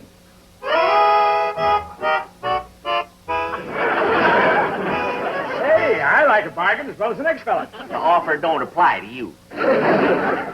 When you tell me that my train doesn't keep any sort of schedule, it... Wait a minute. That might be the break I'm looking for. Hello. Operator? This is Homer Bedlow, the Vice President of the CNFW Railroad. I want to put through a collect call to my home office. Mm-hmm. Area code's 320 and the number's 5553270. Dead. What? Yes, I'm phoning from Drucker's store. What? Oh, all right. Sarah says to say hello and save her 6 ears of delicious corn. She's got him. Got him. Huh? Yeah, well, what about my call now? Hello, Miss Ormsby, this is Homer Bedlow. Now, will you please pay strict attention? Yes, I want you to look up the franchise on the Cannonball, paying particular attention to the regulation governing schedule maintenance. Have you got that? Yes, all right, I'll wait. Operator, I'm in the middle of a telephone conversation. Well, I know I'm just waiting, but... Oh, all right. Here, she wants to talk to you. Hi, Sarah. Oh, fine. Want to increase your order, huh? Well, that's what we're here for. Let's have it. Yeah? Uh-huh. Uh-huh. Hold just a second, Sarah. This is getting kind of long. Bedlow, take this down, will you? What? Tomatoes, lettuce, green peas. Yeah, we got a can of peas. Well, we got both sizes, the big ones and the little ones. And we also have the itty-bitty ones. They're put out by the Jolly Green Dwarf. Sarah, now, Sarah, don't get carried away. It's just a little joke.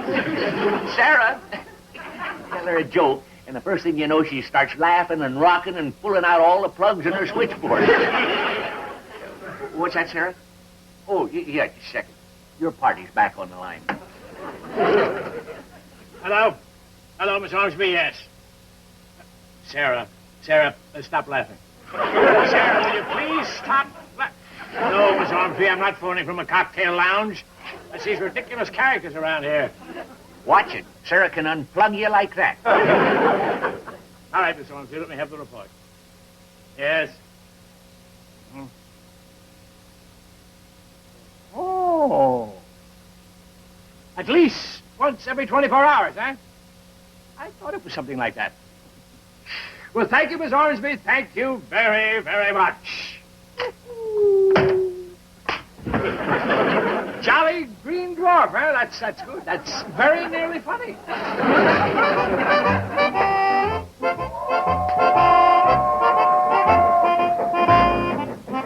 comes a good old Cannonball.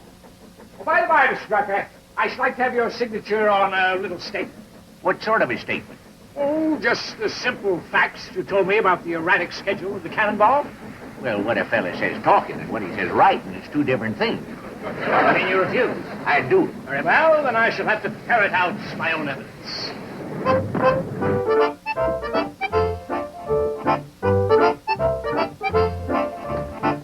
Hi, Sam. Got a long list for you today. Kate, Bedloe's here. Uh-oh, I'd forgotten all about it. He made a phone call to his home office about the cannonball, and he hung up happy as all get out. He's up to something. Oh, a very good day to you, Mrs. Bradley, and to you too, Sam.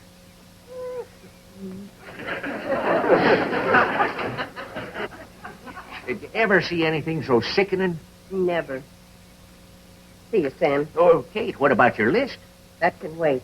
I'm going to get back on the cannonball with Homer Bedloe. Be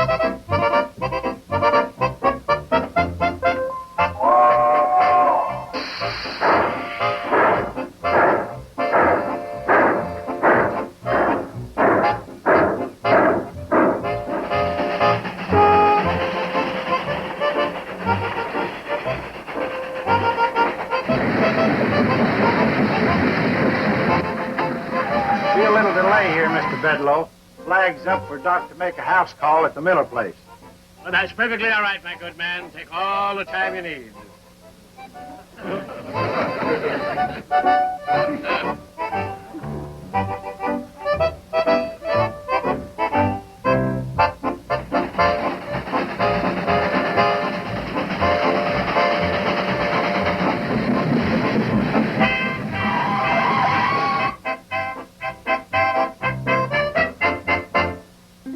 Petticoat Junction will return after these messages.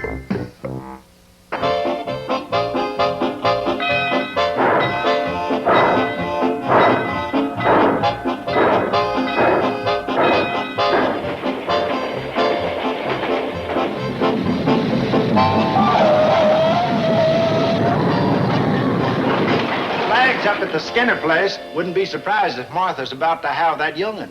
Uh-oh. Say, maybe you better... We're way ahead of you, Doc. We already got water boiling in the firebox. Sorry about the delay. Take all the time you need. Tell her to have twins.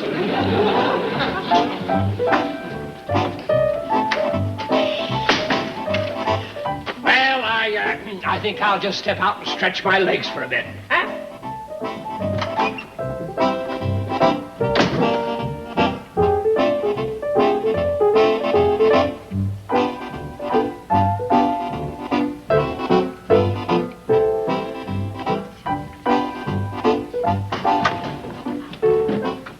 Hey, isn't that Mr. Bedloe's little black book? Yep. Well, are you going to look through his personal belongings? Yep. Good thinking. What does it say? Departed Hooterville 2 p.m. Stopped at farm to pick up doctor 2:45 p.m. Left farm 3:15 p.m. Arrived Shady Rest 5 p.m. Train stayed over at Shady Rest. Train departed Shady Rest 8 a.m. Train stopped Skinner's Farm 9:30 a.m. What do you make of this, Floyd? Well, for a diary, it ain't too racy, especially for a city fella. It isn't exactly a diary. For some reason, he's keeping track of when the cannonball starts and how far it goes. I wonder why... Floyd, has there been any talk at all about putting the cannonball on a strict schedule? Sure. There has? Yeah, me and Charlie, we gab about it all the time. Charlie says, you know something? We got to keep our own schedule. And I say, yeah. I mean, any talk from the head office? No, they don't talk to us. And it hurts, too. I mean, 20 years without a memo, you get the feeling they don't care. Then there are no regulations. Oh, now, we've got regulations, yes, sir. They're right in the book. You've got a book of regulations? I didn't know that. Yeah, comes in mighty handy, too. We couldn't make the run without it. Oh? We use it to prop up that leg on seat 4. See, without the book, she tilts. The first 15 pages are missing. Well, yeah, you see, the book was a little too thick for the seat. And I think this is what we're looking for. If at any time full round trip is not made in 24-hour period, franchise automatically revoked. Floyd! What? That's what he's up to. That's why he's been so nice. Take all the time you want. Have twins. He's doing all that so the Cannonball will lose its franchise. You mean if Martha has twins, we lose the franchise? Where does it say that? No. In the regulation book. You see, if we don't make a full round trip in 24 hours, he can invoke this. Regulation 26A. In other words, look, if we don't get to Pixley and back to Hooterville by 2 o'clock, Homer Bedloe is going to have all the ammunition he needs to shoot down the Cannonball. Precisely, my dear lady. I see you've discovered my little plan, but no matter. We'll never make it now. Don't be too sure. The Cannonball's got more speed in her than you think. If she wants to, she can hit 20 per. Oh, we're in luck. Here come Billy Joe and the doc. Oh, I better get up forward and tell Charlie. Hop to it, Floyd. Put the steam to her. Don't you worry. We may not even slow down for Dead Man's Curve.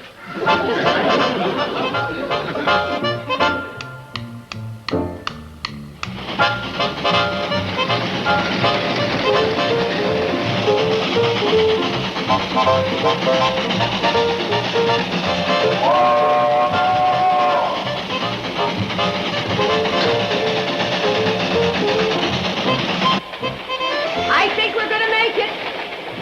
You're not playing fair.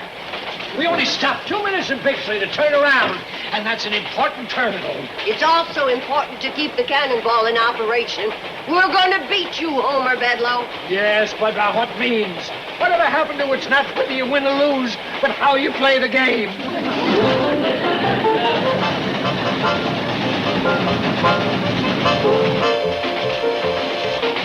The flag's up at the Andersons, and we're not stopping. If we do, we'll never make it. They have all those children.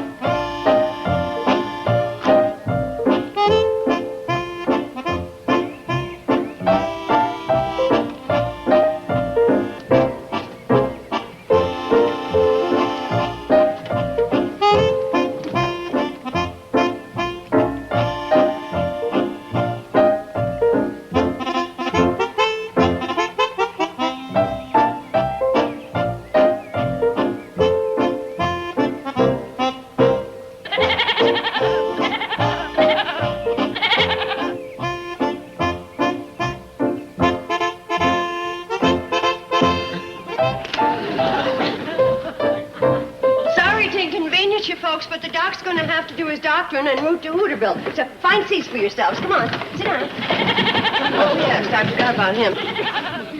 Wait a minute. Why are all these kids on my side? I could get what they've got. Right. Kids, come on over on this side. We'll put the goat beside Mr. Bedloe. Everything all right? Oh, fine. Now, look, if there's another flag up, we'll slow down, pick him up, and treat him on the train. Right. Wait, all these people, I could catch something from them. They're taking as big a chance as you are.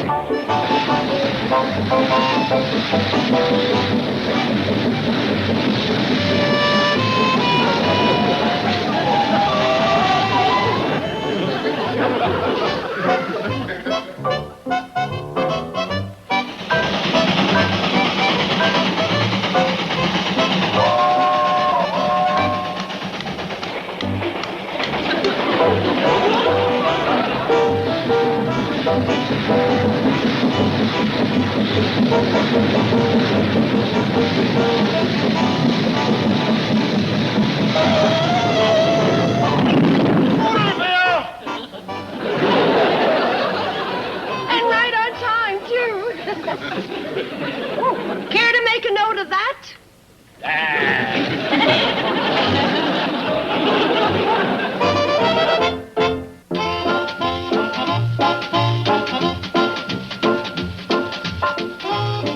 Next up here in TV Land, your chance to catch up on the happenings around Hill Street Station. It's 5 straight episodes of Hill Street Blues ahead. And as always, shown in their original broadcast order. Stay tuned.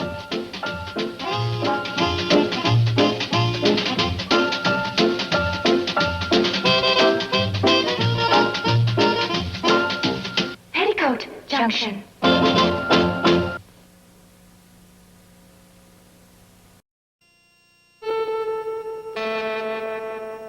CBS presents this program in color.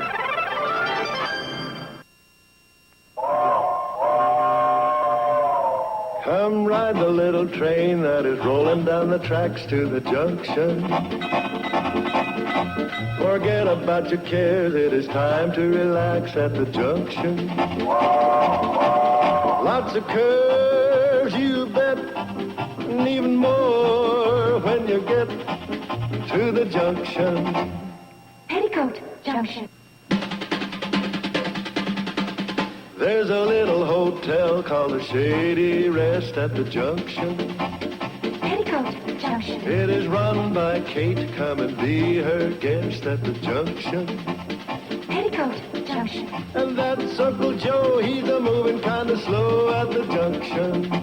Petticoat Junction.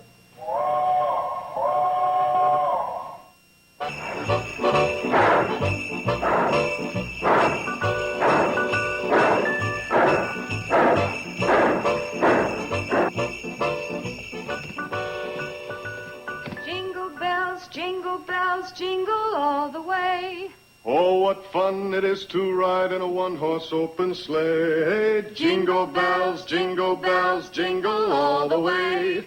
Oh, what fun it is to ride in a one-horse open sleigh. We make a pretty good team, shortstop. Sure do, Ace. Hey, I'll do that. Oh, sorry. This is the one honor I get being the run of the family, to put on the top ornament. Well, just be careful. I'll watch it. How about another song? Okay, coming up. Deck the halls with boughs of holly. Fa la la la la la la la la. Watch yourself or you will folly. Fa la la la la la la la.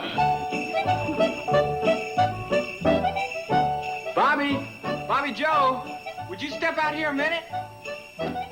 What do you want, Eb? It's Christmas. Look up there. Bobby Joe, I need you.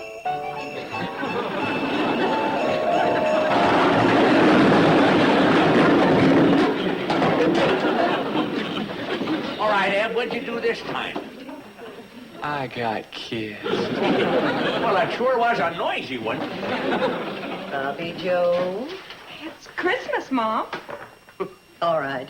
Go get our Christmas stuff together. Charlie and Floyd will be here soon. I'll help you, Bobby Joe.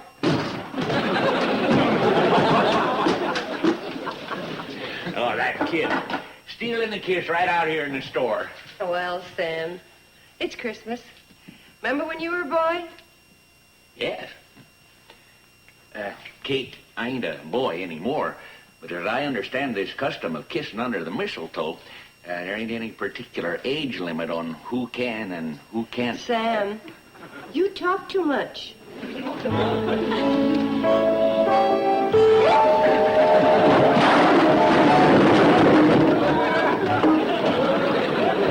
What happened, Mr. Drucker? I got kissed. Look, kids, all three of you. We got a lot of work to do before dark. I'll say we have Christmas baskets to pack, presents to wrap, carols to rehearse. Tree to cut, lights to string. Sleigh and reindeer to touch up. And the whole Hooterville cannonball to decorate.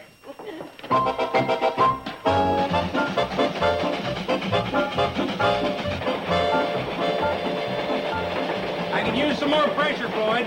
Coming right out. Will you stop burning the ties from under this track? Well, I only burn the loose ones, Charlie. If you take up the ties, what's going to hold the rails down? Well, the train's pretty heavy, even without you. I'll tell you when there's some ties loose. In your head! Gee whiz, Charlie. Don't yell at me so close to Christmas. Oh, I'm sorry, Floyd, but you gotta admit that Christmas Eve would be a mighty poor time to run the cannonball off the track, all decorated up and hauling a load of carol singers and presents and the like. Hey, speaking of presents, what you got in that big package back there with my name on it? That's a rubber crowbar, so you can't pry up no more loose ties. Now, will you put some oak on the fire, and we'll highball it. We might even be on time today.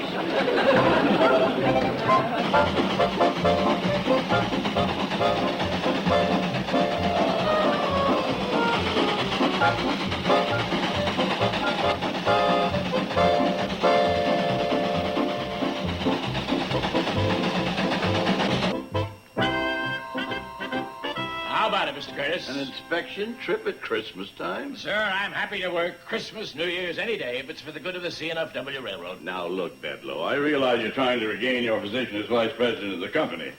However, no one expects you to work on Christmas. That's just it, sir. They won't be expecting me. Well, who are they? You know of any particular violation of C&FW rules? Yes, sir, I do. And I understand it goes on every year at this time. Well, who is it? What is it? Where?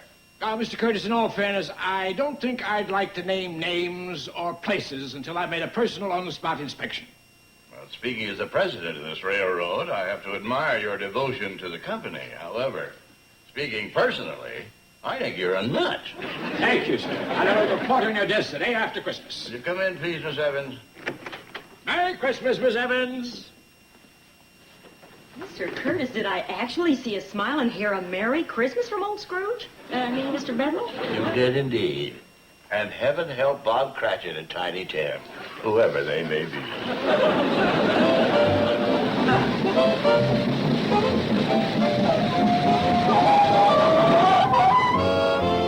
Hey, fellas, where's the rest of the train?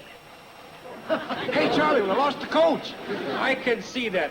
Floyd, did you fix the coupler like I told you to? Now, let me see. Did I or didn't I? Let me think. Just back up and get the coach. We gotta decorate the whole train before tonight. Wait a minute. It's coming back to me. Yeah, I didn't fix it. Boys, please, back this thing up and get the coach. All right, Sam, calm down. We're backing.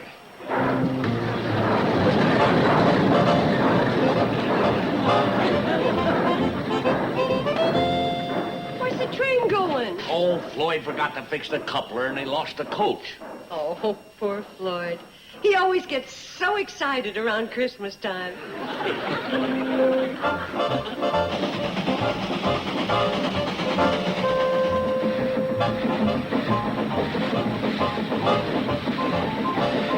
Don't hit it too hard. I'm hitting it hard, so we'll be sure to be connected, knucklehead. You're yelling at me again.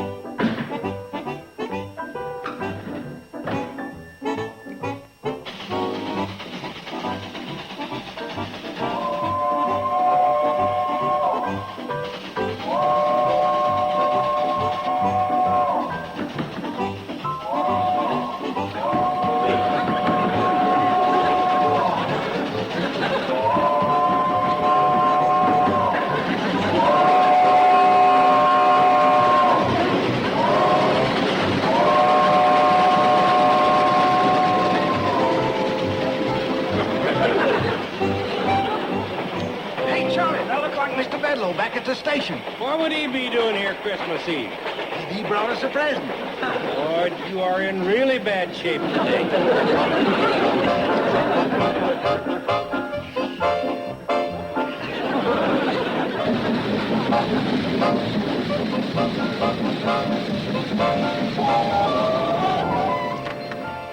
I thought they'd never get here. Hurry up, Bobby Joe. Sure you don't want me to keep the store open for you, Mr. Drucker? Oh, there won't be anybody wanting anything more tonight. Then I'll go home and get ready for the caroling tonight. Maybe there'll be some mistletoe on the train, huh?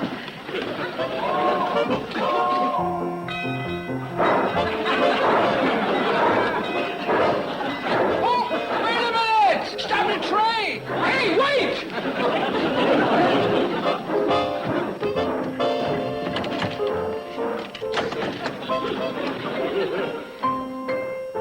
Ah, humbug.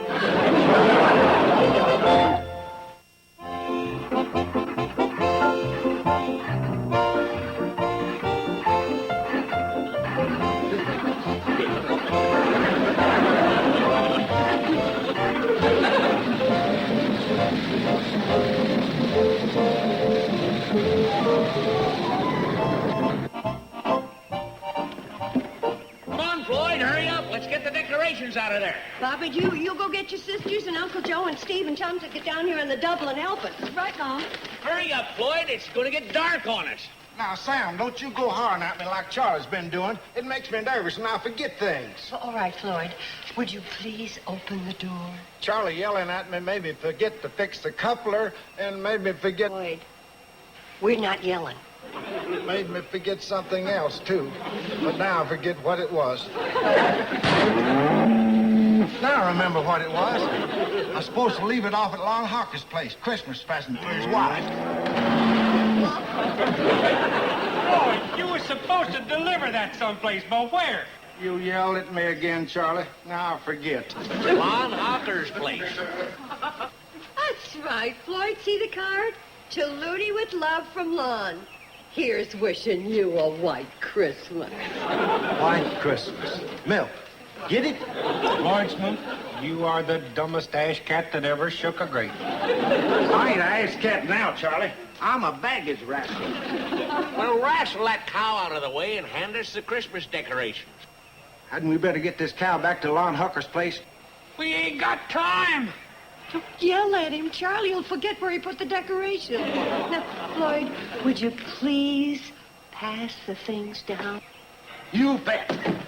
But Charlie and Sam would better have me take this cow.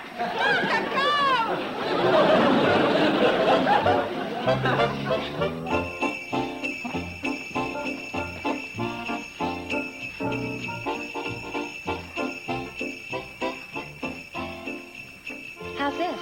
Lady, you done a mighty fine job. Steve. Well, honey, you gotta check that stuff out and make sure it works. It does. Hey, you guys. Sorry if I interrupted anything, but Mom wants us down at the train. Betty and Uncle Joe, too. I'll go get Uncle Joe. Billy Joe, he's in the basement. Oh. But Betty Joe's upstairs. You could look for her until you're through blushing. Betty Joe, the cannonball's here. Coming. Dad, blame the luck anyway. What's the matter? Can't find the upper half of this Santa Claus outfit. Oh, you're back, huh? Is the train decorated? We haven't even started. Mom sent her to get us. There's a lot of work to be done. I better go look some more. Hi, everybody. Time to decorate the train? That's the most fun of all. Well, in that case, you can do my share. Joe. I want to help, but I got a lot of work to do on this beard. It's in bad shape. Mr. Drucker got a brand new one. Middler. Charlie, what did Floyd do with the light bulbs? Oh, no telling, Kate. You'll find him round back of the train. Oh, thanks. Floyd smoked. We got a train to decorate, Christmas carols to rehearse, and you're milking the cow. Well, she needed milking, Kate. You wouldn't want her boiling right in the middle of Silent Night. You mean she's going along with us while we're caroling? Well, I don't know any other way to get her back to Lon Hawker's place in time for Christmas. Oh, all right, get it over with as quickly as you can. Doggone it. Now I forget the fire in order. Hey, Sam, here you got me your Santa Claus beard. Yeah.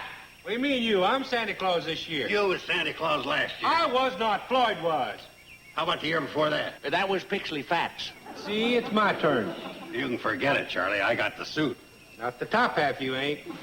So you're the one that hid that. I didn't hide it. I took it home so my landlady can let it out to fit me. You can hand it over so I can finish getting dressed. Where's the beard, Sam? I gave it to Kate. Kate! Oh, please, fellas, don't make a big thing about who's going to be Santa Claus. We haven't got time. Yeah, what is it? Kate, who's going to be Santa Claus, this greasy hoghead or me? Uncle Joe, don't call Charlie that. Oh, that's just railroad talk for engineer. I don't care. I don't like it. All right, who's going to be Santa Claus, this greasy pighead or me? Joe. Kate, if you let me be Santa Claus, I promise you a big fat gobbler for Christmas dinner. You're always here for Christmas dinner. You want to give her some fresh milk? Oh, Floyd. Uncle Joe, take this up and put it in the icebox, and we'll decide about Santa Claus later. We'll decide what you like, I'm it. Well, you got the pattern for it, but it's in the wrong place. Please, let's start stringing the lights. Hey, Floyd, where are the bulbs? In the baggage car. See? When you don't yell at me, I can remember.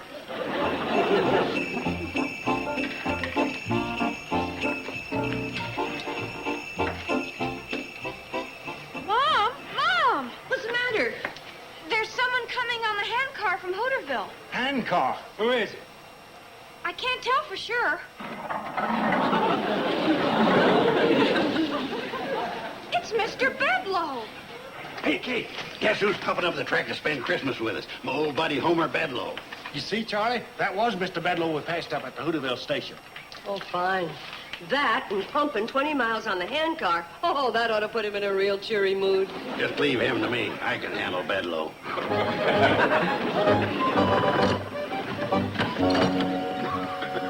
And just what do you people think you're doing with the property of the C&FW Railroad?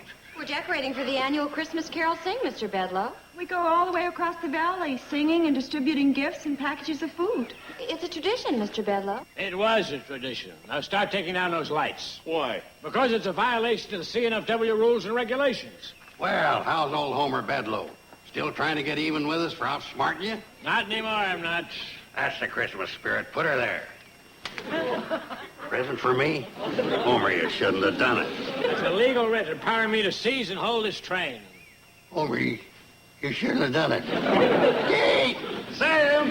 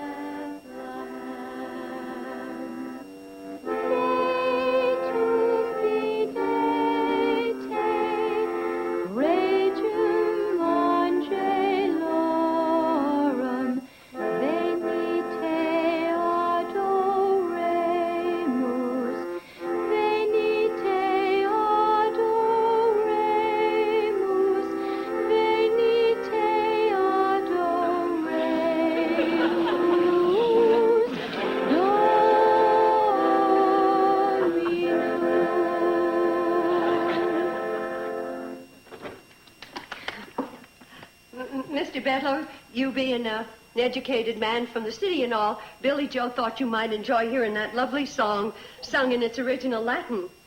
Very nice. Lovely voice, that girl. She might be able to support you after your hotel's closed down. After the hotel's closed down? An event which is sure to take place when I invoke the regulation removing the cannonball. Or were you doing all this in the vain hope that I might change my mind? Oh, heavens, no. Never. I didn't even know you had a mind. I mean, well, quick, somebody, tell me what I mean. What you mean? It was just a slip of the tongue. Hurry up with those shoes, dear. Bobby Joe, some more fruitcake for Mr. Bedlow. Uncle Joe, a little more eggnog. Charlie, don't you have a cigar? And Billy Joe and Steve, why don't you sing a song together in English this time? And Homer, if you think that we're doing all this to get in your good graces, for heaven's sakes, dwell on the thought, because we certainly are.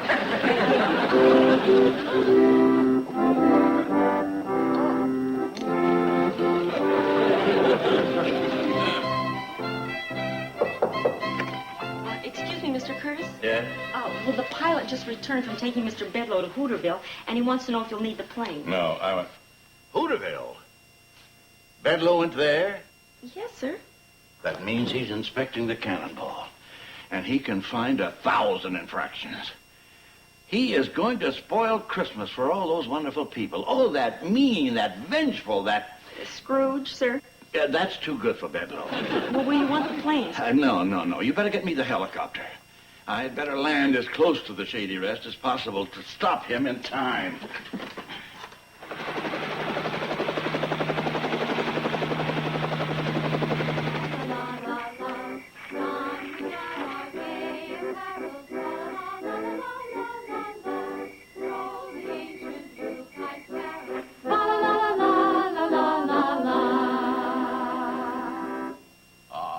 That's very, very nice. Carson, where's that eggnog? More eggnog, Carson, more eggnog. Orders me around like a section hand on his railroad. Oh, boy. That's all we need now is a hobo. Oh, hello, Mr. Carson. You remember me, Norman Curtis, president of the railroad? Yeah, I'm the chef at the Waldorf. Just working here for a lark. Suppose you're hungry like all the rest of them. Well, I could use some food. However, is there a Homer Bedloe here of the C&FW Railroad? Yeah, but if you're looking for him to give you a job, forget it. He's the original Mr. Mean. What has he done? What's he done? Just grab the train. It means the end of the Hooterville Cannonball, the end of the Shady Rest, and the end of your free handout. Well, I'd like to talk to him alone. Send him in. Send him in, he says. Norman, can't you get it through your nutty noggin? Mr. Bedloe's a big shot. He ain't about to waste his time talking to a hobo. Well, I think he will talk to me. You just tell him that Norman Curtis wants to see him. Joe, hurry up with that eggnog. Mr. Bedloe's... Norman Curtis. You mean it really is him? Oh, Merry Christmas, Kate. thank you, Norman. But I don't think it's going to be a very happy one for us. But look, why don't you get washed up and we can at least give you one good hot meal before we close down. Do you mean about Mr. Bedloe? Well, it's Christmas and I don't want to burden you with our troubles. You look as though you have troubles of your own. All right, Carson. Where's my eggnog? Coming right up, Mr. Bedloe, sir. I was delayed by a hobo at the door. Hobo, huh? Bumming rides on a C&FW, were you? Oh, no, sir, Mr. Bedloe. Well, see that you don't, buddy, because I'm sick. Must be the eggnogs. I was afraid of that. I'll go get the bicarbonate. Kate, if you two will leave me alone with Mr. Bedloe, I think I know how to straighten him out. He's right, Kate. If anybody knows how to handle a drunk, it's a hobo. Come on, everybody. Time to get the train. And here comes Santa. Thank goodness that fight between Charlie and Joe got settled without any bloodshed. Yeah, and that's the best Santa ever. Yo ho ho! Merry Christmas! Merry Christmas, Mr. Curtis. Oh, but Santa, where's your bag of toys? Oh, well, Santa's little helper brings those. Come along, Santa's little helper.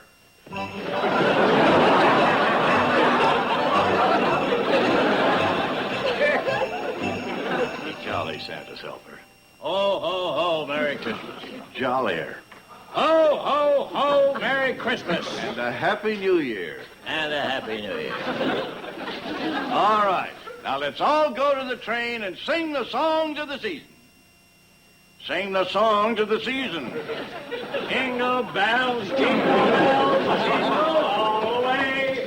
Oh, what fun it is to ride in a one-horse open sleigh. Merry gentlemen, let nothing you dismay. Remember Christ our Savior was born on Christmas Day to save us all from Satan's power when we were gone astray. Oh, tidings of comfort and joy, comfort and joy. Oh, tidings of comfort and joy. Deck the halls with crowns of holly, fa la la la la la la la. 'Tis the season to be jolly, fa la la la la la la. Down with our gay apparel, fa la la la la la la.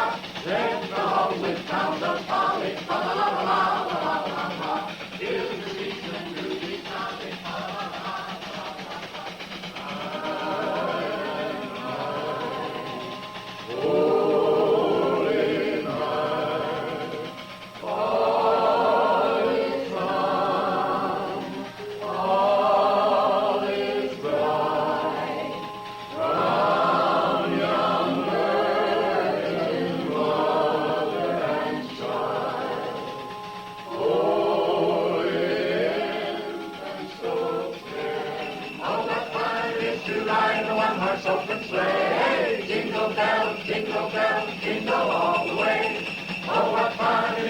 ride in a one-horse open sleigh.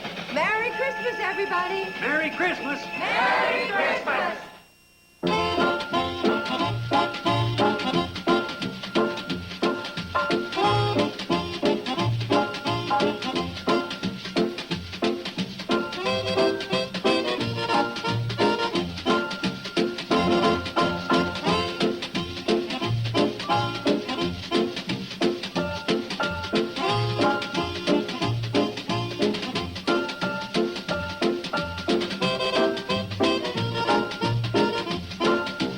Petticoat Junction. This has been a Filmways presentation.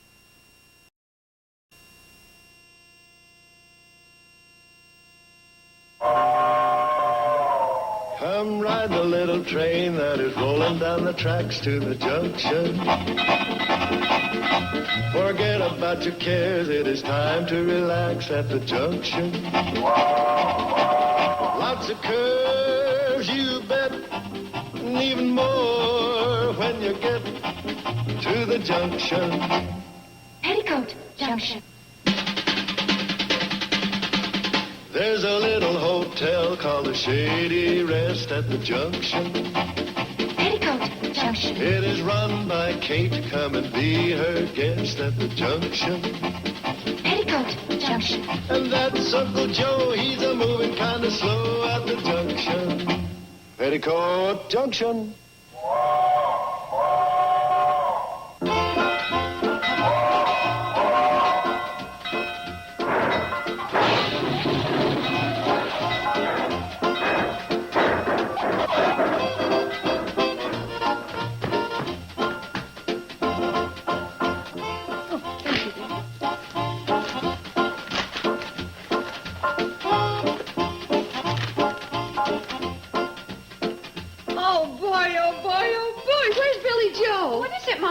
Are you Billy Joe? No, but I'm nosy. Billy Joe! What is it, Mom? You Billy Joe? No, but I'm nosy. What's up, Kate? Oh, a letter, huh? Yeah. Would you like to know what it is, nosy? Sure. It's from the employment office in Pixley. They have an opening for a laborer to unload gravel trucks. Oh. Well, we are kind of hard up. Billy Joe feels up to it. Personally, I like to stay out of things like that. Billy Joe, you're just in time. Your mom wants to ask you a question. I thought you were upstairs typing the minutes for the discussion club. Oh, I finished those an hour ago. Steve and I were down by the pond watching the beavers build a dam. They're pretty good, too, considering they don't use blueprints. What was you wanted to ask me, Mom? What happens about this time every year in Eagle Springs, Wisconsin? Oh, everybody knows that. That's where the Association of Women's Clubs Recording Secretaries holds its annual meeting. And who gets to be special guest of honor at the convention? The committee looks over the list of club secretaries and picks out the lucky girl. That's right. Congratulations, Billy Joe Bradley. Oh, gosh, that's so great. I don't believe it. It says right here, the secretary of the Hooterville Every Other Wednesday Afternoon Discussion Club has been selected as this year's winner. Oh, gee, Eagle Spring. And for a whole weekend. Oh, a whole weekend? You'll have fun. Well, Billy Joe, if you're worried about how the beavers are progressing with the dam, I'll phone you every day. Oh, it isn't the beavers. It isn't? No, it's just that, well... I know, Mom. She just doesn't want to leave Steve. You won't have to. We'll cash in these airplane tickets. Steve can fly her up there and back in our plane. We can pocket the difference. Uncle Joe, you should be ashamed of yourself. I am. But being a big business executive, I don't let it show. Congratulations, Billy Joe. No, don't bruise those nimble fingers that can take dictation at 98 words a minute and type 120.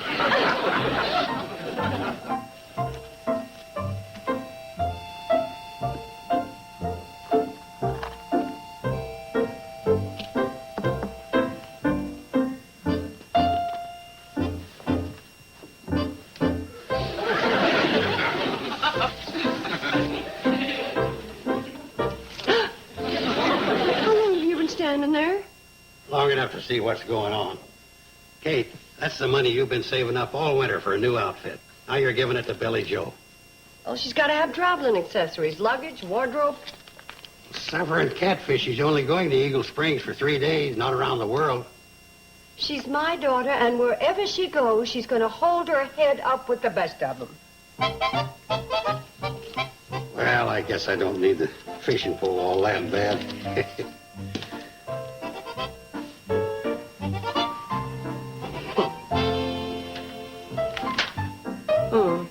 Let's see now. So far, I picked out a traveling case and an evening bag. Sam, you think I might be able to work in a nice pair of long gloves? Well, we're a little over budget, but I'm more than a little fond of Billy Joe myself. Go ahead, pick 'em out. Oh, thank you, sir. Good afternoon, Selma. Hi, Selma. What can I do for you? Well, that all depends. I may be placing a mail order for several new outfits, plus the complete set of luggage for my daughter, Henrietta. Oh, is Henrietta going someplace? That all depends, too, Kate. On what? On the vote our every other Wednesday afternoon discussion club takes on naming a permanent, duly elected recording secretary. Wait a minute. My Billy Joe's recording secretary. Has been since she was 16. Perhaps you didn't hear me. I said duly elected recording secretary. I've been to every meeting since our club was formed, and I don't ever recall voting for a secretary. Yeah, but that doesn't mean... Therefore, I'm calling a special meeting for the purpose of electing one. But you have no right to do I it. certainly have. That's in the bylaws, and I ought to know. I pushed through most of them. Sam, we'll be holding the meeting here. Here? Oh, no. You always hold 'em at the Shady Rest. But that's not a neutral location, and this is. But I'm running a business here. All those mouths going at once could keep a windmill turning for 3 days. Kate, tell her it's no go. First, I gotta find out if she's got a leg to stand on. And if you don't, I will be tickled pink to pull the rug from under you.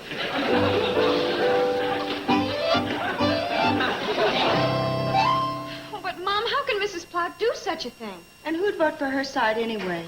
The members who are indebted to her, and that's half the members in the club. Well, it looks like this calls for direct action. And I think I've got the answer. Well, what are you going to do? I'll get out my old hypnotizing act. I'll hypnotize Selma into thinking she's a frog.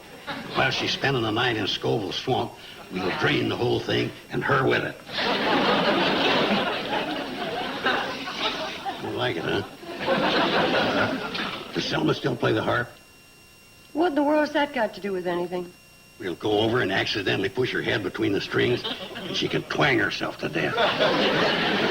Well, so much for brilliant ideas. Now let's think of something practical. The minutes. The club minutes will prove that Billy Joe's entitled to the trip.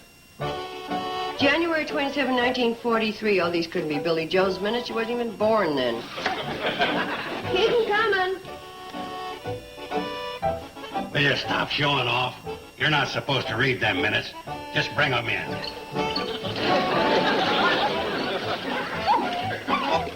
Will you quit complaining? If you was a St. Bernard instead of a sawed-off ranch, you wouldn't have to make so many trips. 10-year meetings here. No. These are from March to October 1954. You women sure do a lot of gabbing. There's more here than the whole archives of the United Nations. All right, let's get the rest of them. Come on, Mike. Don't tell me it's a coincidence that Uncle Joe was born the same year that slow motion was invented. Mom. Just set him on the table, honey. About this election, I've been thinking, and You're not supposed to be thinking. We are going to show off Selma Plout for what she is. Mom. Now, it could be in one of these. I don't think you're going to like what you see there. Well, that's what I've been trying to tell you, Mom. The only reason I got the job is that none of the ladies wanted it. Honey, you were only 16. How could you remember? Minutes of Wednesday, July the 12th, election of secretary. And here we are. After 3 hours of squabbling, which almost led to a fist fight between Doris Sipple and Selma Plout, no election was held because none of the ladies wanted the job. Billy Joe Bradley volunteered to do the job temporarily, pending an election. What'll we do, Mom? Well, I'll tell you what we'll do. We'll take all of these minutes and we'll stack them as high as we can get. Then you get out of the way, because I am going to jump off.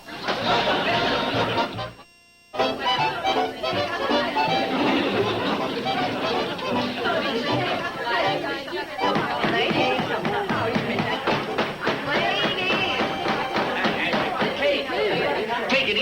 my justice of the peace gavel. Well, it may be good for a murder trial, but it sure doesn't work for a woman's club. Here, try this.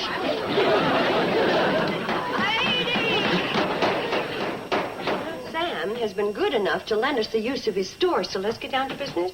Just a moment. Billy Joe has no right to take down the minutes of this meeting when she's involved in the outcome. I agree with you. Well, somebody has to take the minutes and record the votes. I already thought of that. And my brilliant, unbiased daughter, Henrietta, has volunteered to serve. Notebook open, a pencil sharp, right.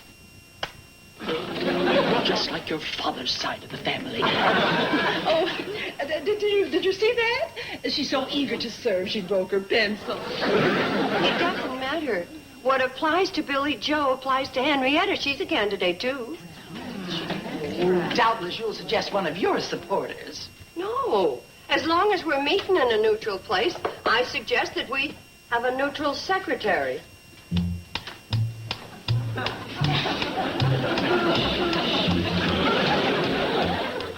Oh, no, not me. I don't even know shorthand. Well, that's no problem, Sam. I'll instruct the members to talk in longhand. Hey, I'm taking inventory.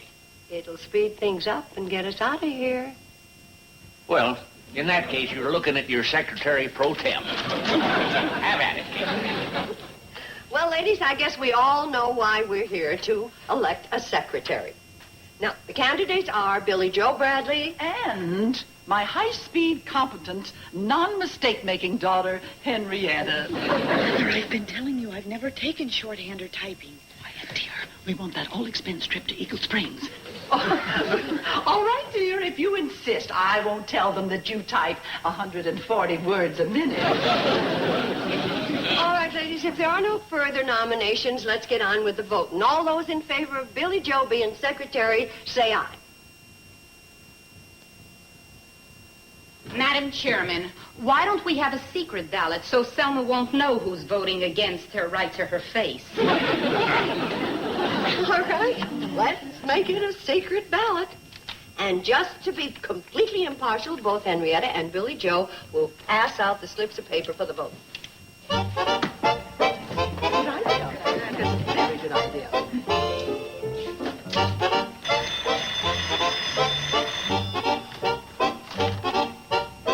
Sam Drucker's General Minutes, store. What? Yeah, Doris. Huh? Oh, that's too bad.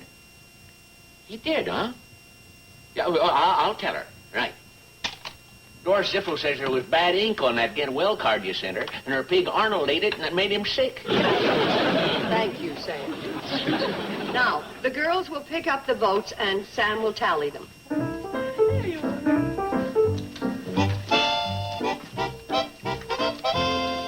Henrietta? Henrietta? Billy Joe? Billy Joe?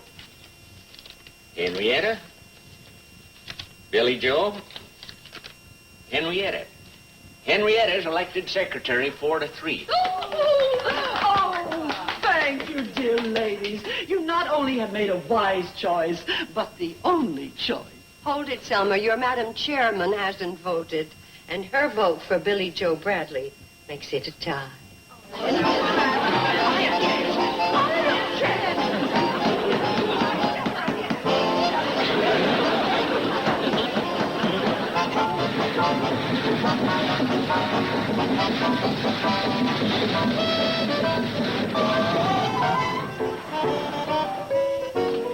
Lloyd, you hand out the freight, and I'll check this manifest. Okay, let her rip, Charlie.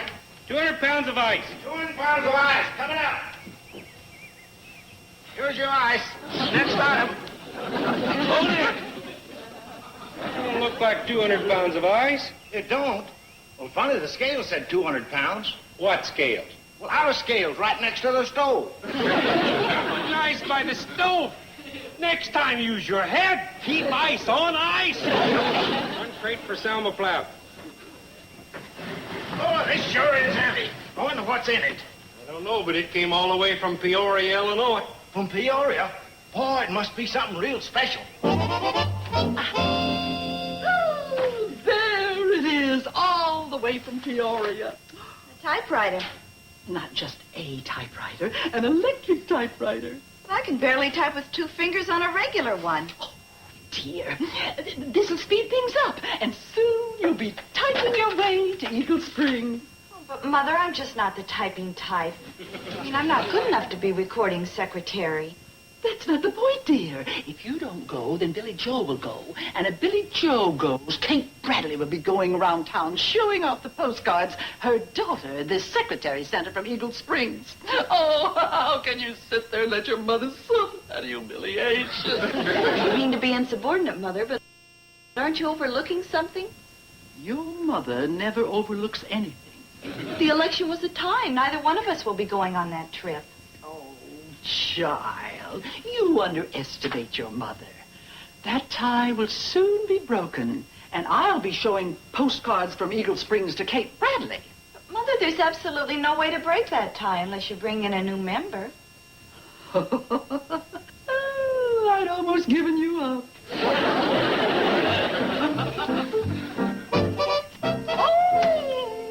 Overstreet, you do that so well. Do what? Deliver the mail. You just take it out of your sack, thrust it in the box, and close the door. Well, when you come right down to it, that's about all there is to delivering mail. Oh, I get it. You think I close the door too hard. I'm sorry. Nonsense, dear man. You close it beautifully. I'm writing the Postmaster General about our excellent service. Through rain and sleet and dark of night. Well, you see, I don't deliver at night, and I usually wait until the rain stops. You see, I got this terrible lumbago here. I'm trying to praise you. Oh, say, did I happen to mention there's an opening for a new member in our Ladies Every Other Wednesday Afternoon Discussion Club? Well, no, ma'am, you didn't. But then I ain't much of a joiner. No. I meant your dear, sweet wife. I'd be happy to sponsor her. Well, now, that's great, except for one thing. I ain't got a wife. How dare you waste my time, you bachelor, you. By the way, do you know if Ethel ever got her 35 cents for the get well card for Doris Siffel? There's a treasury report. Oh, yes, she did. And we're in the black. 7 cents. You know, some of these women would pay their dues, like Selma Plout. Well, what do you know? Mrs. Moneybags is 3 months in arrear.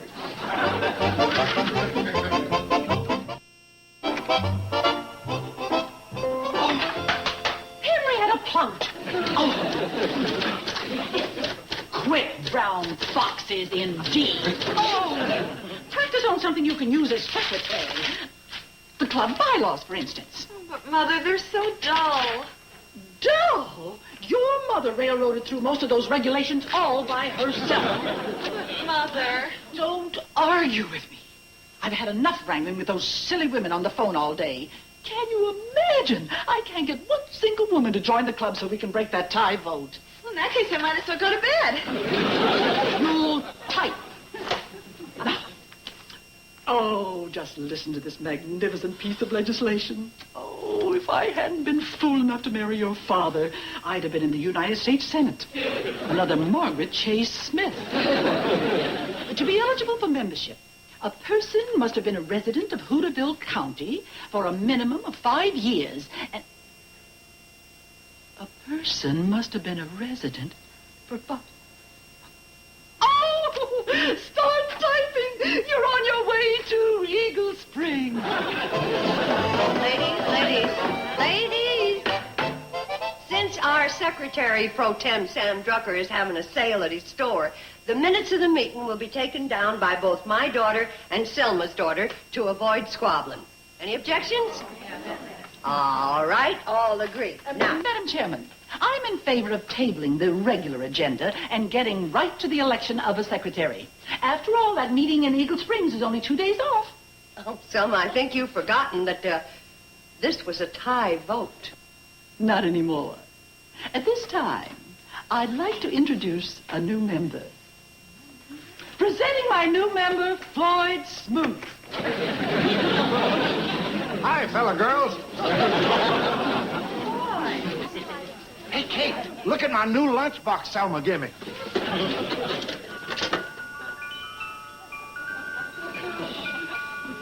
Hear that?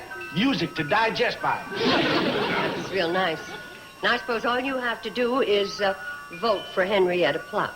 Oh, no. The lunchbox is just for joining the club. For voting, I got this. A Morocco-bound thermos bottle. Well, I'm sure we're all glad about Floyd's lovely gifts. But, Selma, I think you wasted a lot of money. Floyd can't be a member. This is a women's club. Well, Madam Chairman, kindly show me in the bylaws where it says a member has to be a woman. Oh, save yourself the trouble, Kate. It says right here, Volume 1, Article 2, Section C, Paragraph 4, quote, to be eligible for membership, a person. It doesn't say man or woman.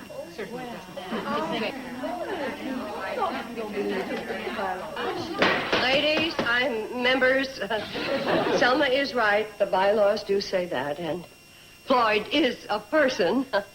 Aren't you, Floyd?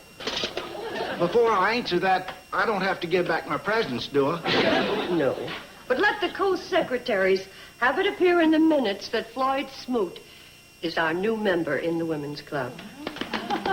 Now that that's settled, that brings the votes to 5 for Henrietta and a measly 4 for Billy Joe.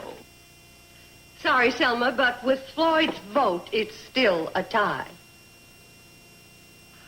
Quoting the bylaws that you railroaded through, any member that doesn't pay her dues 3 meetings in a row is automatically out of the club. So, Selma, your vote is disqualified. Mrs. Bradley, may I say something to the members? Oh, of course. Members, Henrietta Platt would like the floor. Well, I was thinking, since the vote is a tie, how about settling it with a competition between Billy Joe and me? Whoever takes shorthand and types the fastest gets to go to Eagle Springs. Henrietta, you're out of your mind. You're out of order. Sit down. I think that's a wonderful idea. I move we have a competition for secretary. Well, all in favor, say aye. Aye. Very well. The shorthand test and type-off will take place right after the coffee break. Now, refreshments are being served in the dining room. There's cookies and coffee and lemonade and... That time I patted you on the head, I think I flattened it. Henrietta, your mom didn't seem to think this was such a bright idea. It wasn't. I just want to get this thing over with. It's too much for my nerves. Oh? Well, let's face it, Billy Joe, I don't have a chance. You'll win and go to Eagle Springs, and my mother will ship me off to Siberia. At least it'll be over with. We have an idea. You're practically on your way. Well, gosh, what's wrong? We thought you'd be in the clouds. Oh, I know. It's Steve. Oh, you don't have to worry about that. We're going to see to it that he has a wonderful weekend. Yeah, he won't even know you're gone.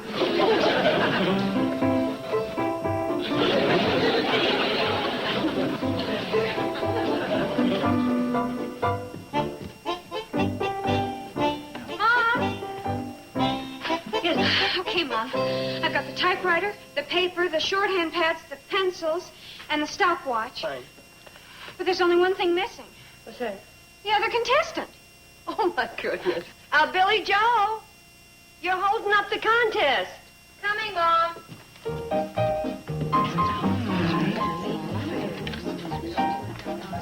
Hey, Joe, what happened?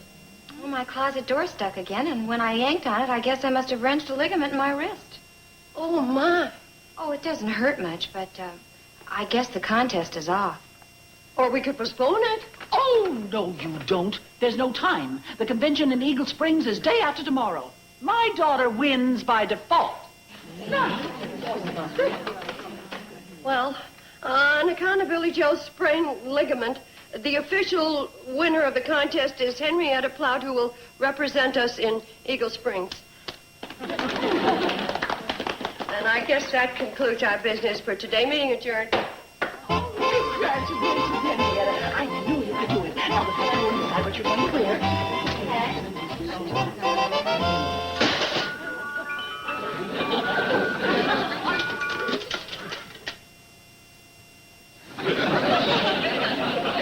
Mom, Betty and Bobby are going to do the dishes. I'll help you straighten things here. Thank you, dear. First thing I want to do is get that out of sight. Oh, don't bother. I'll do it. What about your arm? Put the typewriter down. Or sit here. And I want you to type 500 times, Billy Joe is a doll.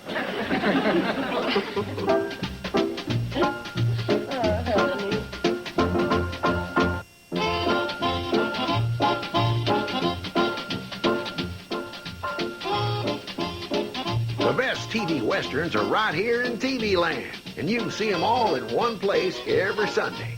It's TV Land Goes West, a 4-hour block of vintage western dramas and comedies. Watch TV Land Goes West this Sunday, starting at 12 noon Eastern, 9 a.m. Pacific, right here. Now stay tuned for Green Acres, next on Nick at Night's TV Land. Petticoat Junction.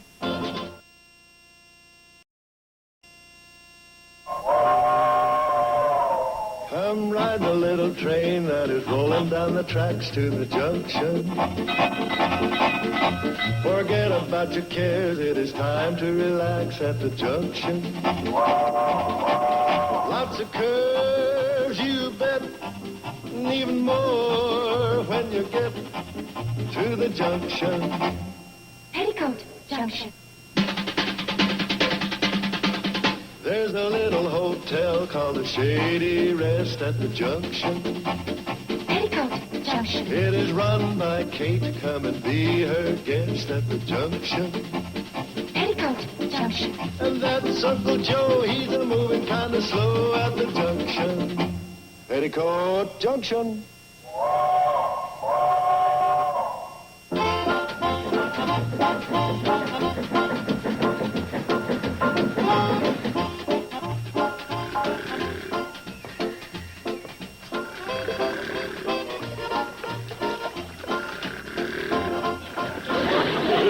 I can't do it. It's too nice a day. Hi, Steve. Hi, Mrs. Bradley. You know Billy Joe's ready?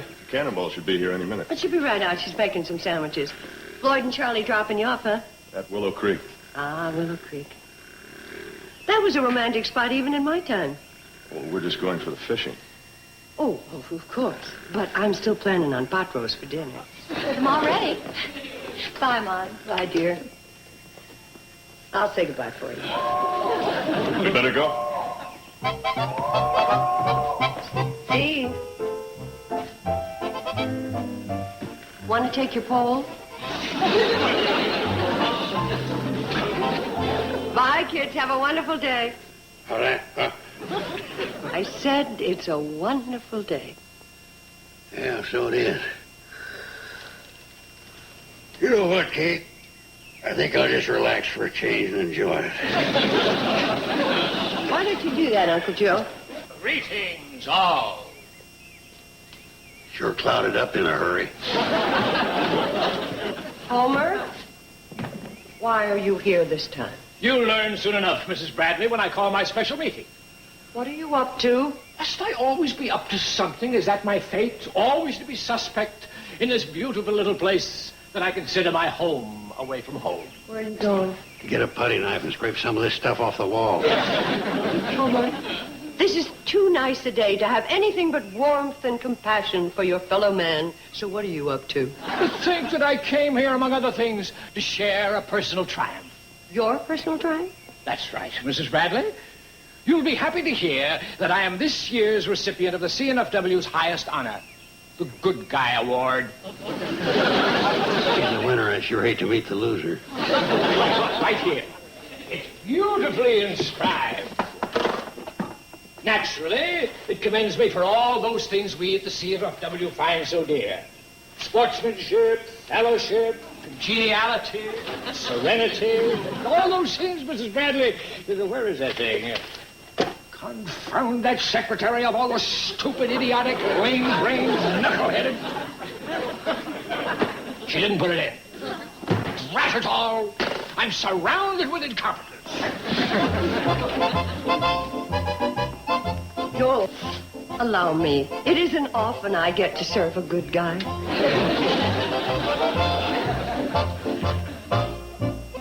And this meeting will now come to order. come in, come in. Sit down, sit down. Make yourselves at home. This is our home. That's a figure of speech, Mrs. Bradley, figure of speech. Ladies and gentlemen, the C&FW Railroad has decided to take a major step in assuring you people of this beautiful little valley of the best possible rail service, and has therefore vested in me the authority of selecting a general manager in charge of the Cannonball. I have therefore convened this meeting in order to make an official announcement. Will Mr. Charles Pratt please stand? Well, Mr. Bedlow, I appreciate the offer very much, but Floyd and I have always worked side by side, and, well, I just couldn't consider the offer unless he was made co-manager. Thank you, Charlie. And as co-manager of the Cannonball, I promise... Hold it! I haven't appointed either one of you manager. Boy, I never got fired from a job so fast in all my life. I was merely trying to point out to you that as operators of the Cannonball, I'm sure the manager will have your full support. Now then, in going over my possible list of candidates, I said to myself, what this job needs is young blood, a man with youthful ideas. Oh, Steve. Mr. Bedlow, I object. Will you please sit down? The reason you're selecting Steve is because you're trying to break up the Carson Elliott Enterprises, and I ain't going to stand for it. Mr. Carson. I got news for you, Bedlow. This young boy wouldn't leave the Carson Elliott Enterprises no matter what you offered him. Mr. Carson. Go ahead, offer him a bigger salary. Give him stocks and bonds. You'll see nothing will sway this young man's loyalty. Carson Elliott Enterprises are going to last forever. Are you through, Mr. Carson? Yeah, I'm through. All right. I therefore announce that the new general manager in charge of the Cannonball operations is Mr. Joe Carson.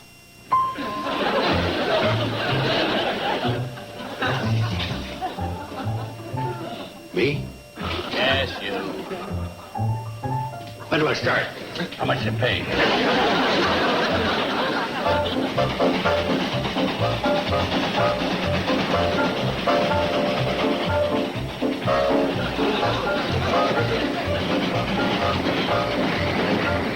So the new general manager is economizing, huh? Boy, oh boy, oh boy, oh boy. That bad, huh? You know what he said? He says, boys, you can do better than burning 72 pieces of cardwood between Pixley and Hooterville. I'd like to see you cut it down to 58. And do you know how he wanted us to cut it down? By coasting. Both ways. Kate, it don't take no Einstein to figure out that when you're making a round trip, one way is downhill, the other's got to be up. I figured it out right off. Oh, there you are, men.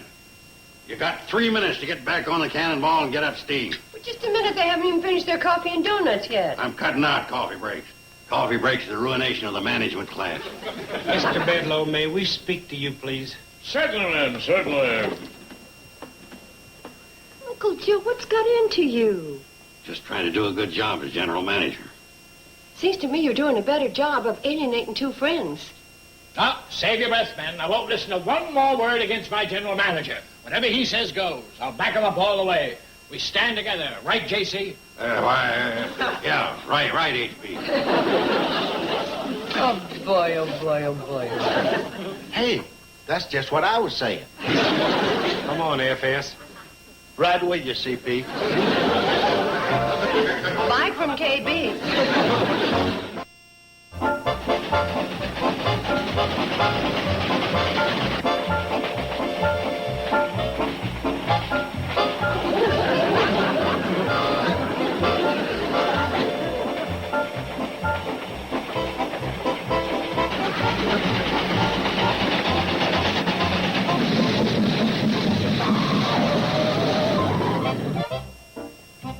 What are we stopping here for? Hi, H.B. I said, what are we stopping here for?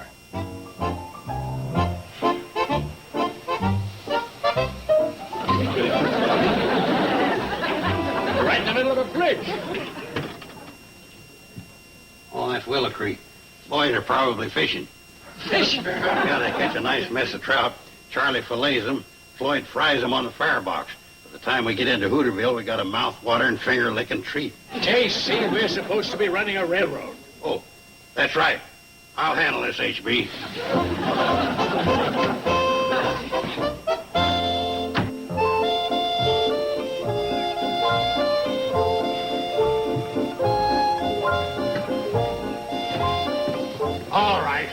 is this, a train or a fishing barge? Shh, I got a bite. Oh, sorry. Wait a minute. We also got a schedule to keep. Pull in your line. He can't. He's got a bite.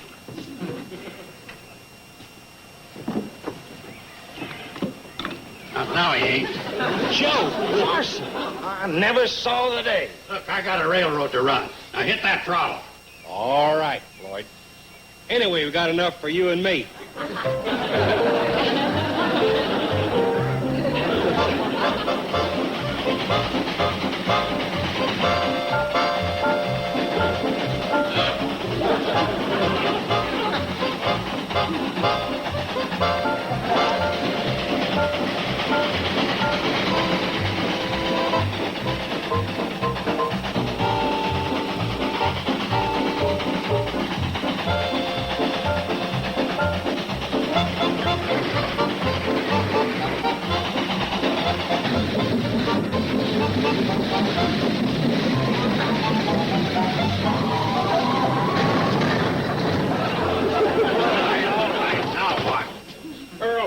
Cow, she's blocking the road.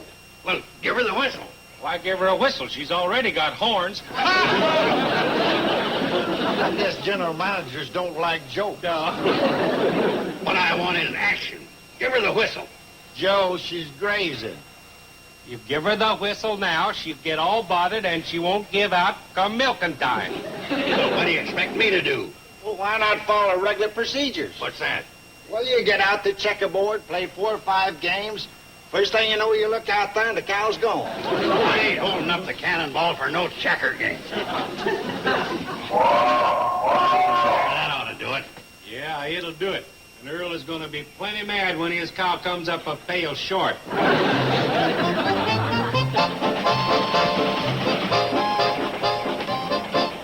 Everything all right, J.C.? Huh? Oh, sure, H.B. But I wonder if I'm doing right. You're doing splendidly. I don't know. I got Floyd and Charlie mad at me. Earl Farley's going to be mad when he finds out what I've done. Kate ain't exactly pleased. Now, you listen to me, J.C. There's one thing that presidents, kings, and strongmen everywhere have learned. What's that? Eminence is lonely. Eminence is lonely. Well, it sure looks like I'm going to be eminent.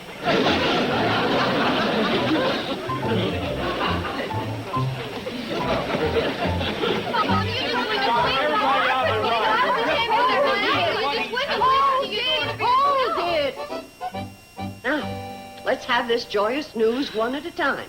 Ladies first. Well, you know how Charlie and Floyd always hold the cannonball till the school kids get on? Mm-hmm.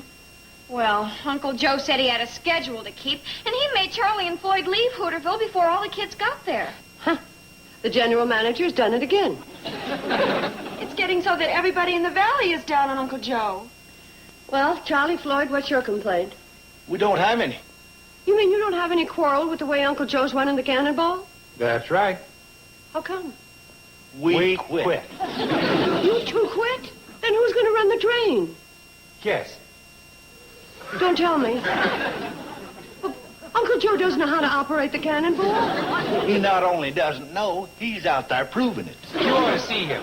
He's down there trying to back the cannonball up to the water tower to take on water.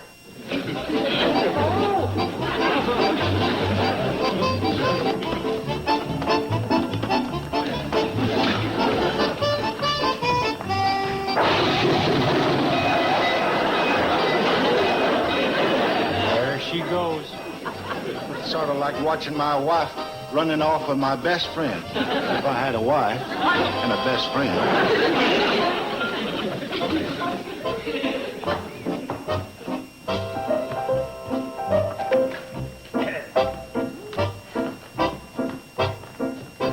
Bedlow, how did you get here? I thought you was on the train. Oh, come now. Me ride with that maniac at the throttle. Besides, I have to be on hand to greet our president, Mr. Curtis, when he comes here on his inspection tour. You mean the cannonball's going to be inspected by the president of the road?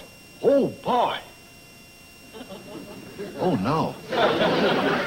So now the last piece has finally fallen into place. You know, Homer Bedlow, you have no shame. Oh, I have a little, but fortunately I'm able to rise above it. Now, excuse me, I have to go up and freshen up for our president's visit. Bum, bum, ba, bum, Mom. Listen to him. He's so happy he's humming his theme song. Mom, what's going to happen to the cannonball?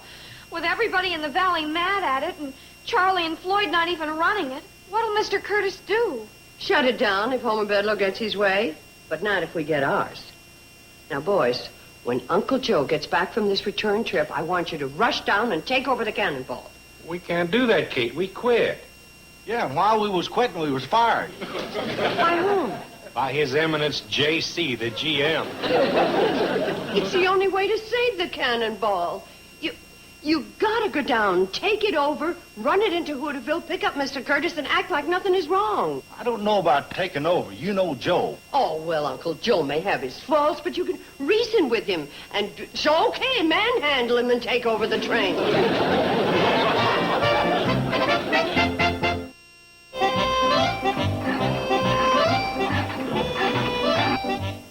Kate, he's long overdue.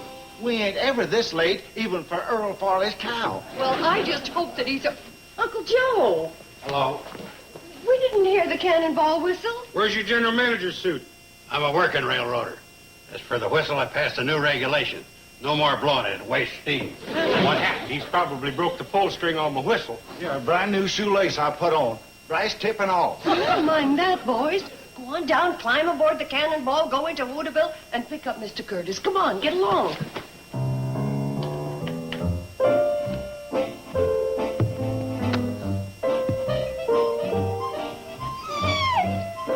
Oh, that ain't necessary.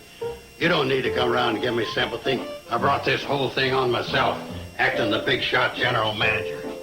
Must have set a record for making enemies. Ain't got a friend left between Hooterville and Pixley. When I got through working on my two-legged friends, I started on my four-legged ones. You gotta be real ornery to get cows sore at you.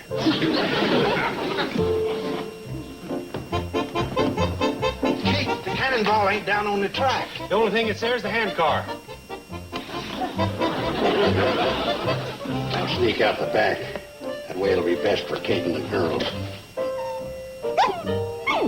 Well, we've had our differences, but if it's all right with you, I'd just as soon let bygones be bygones, okay? Cut out the mushy stuff. Tough enough leaving the way it is.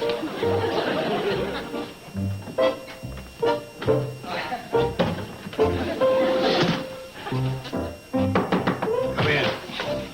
Uncle Joe, where's the cannonball? The cannonball? It's in the Pixley Depot. You mean at the Pixley Depot? No, in the Pixley Depot. I couldn't stop her at the end of the line.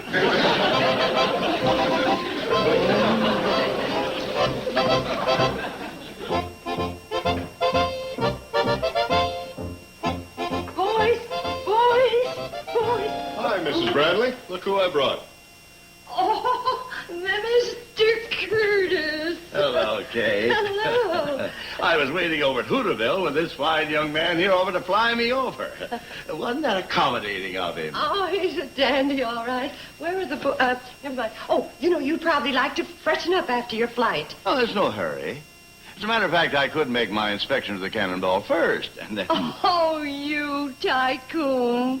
You are always thinking of business. Instead of that, why don't you think about what you're having for supper tonight, your favorite? Chicken dumplings and wild blackberry pie. Oh, Mrs. Bradley, you have completely taken my mind off business. Let's keep it there. I mean, Steve, why don't you take Mr. Curtis up to number 4, hmm? Sure thing. This way, Mr. Curtis. I'll see you later. Tell Uncle Joe and the girls to get down here. All right, Charlie. We ducked when we saw Mr. Curtis coming. Figured he was bound to ask questions if he saw us. And we didn't know the answers. What is the answers? Where's the cannonball? Scoville Swamp? Bottom of Simple's hog pond? No, but you're awful close. It's in the Pixley Depot. You mean at the depot? No, I don't. Now, boys, here's what I want you to do. I want you to get Newt Kiley's tractor and Ben Miller's bulldozer and see if you can possibly get the cannonball back on the track. Kate, that ain't gonna be easy. Folks ain't gonna cooperate and help the cannonball after what our friend the general manager's done. Yeah, it's getting so in this valley, you gotta stand in line to hate Uncle Joe. We have to forget all that if we're going to save the train. The cannonball has to be here at the Shady Rest no later than 7 o'clock tomorrow morning. Okay? Mrs. Bradley, Uncle Joe is gone. All his clothes are missing. It's true, Mom. He vanished without a trace. But that's ridiculous. I just talked to him. I just saw him. Something just occurred to me.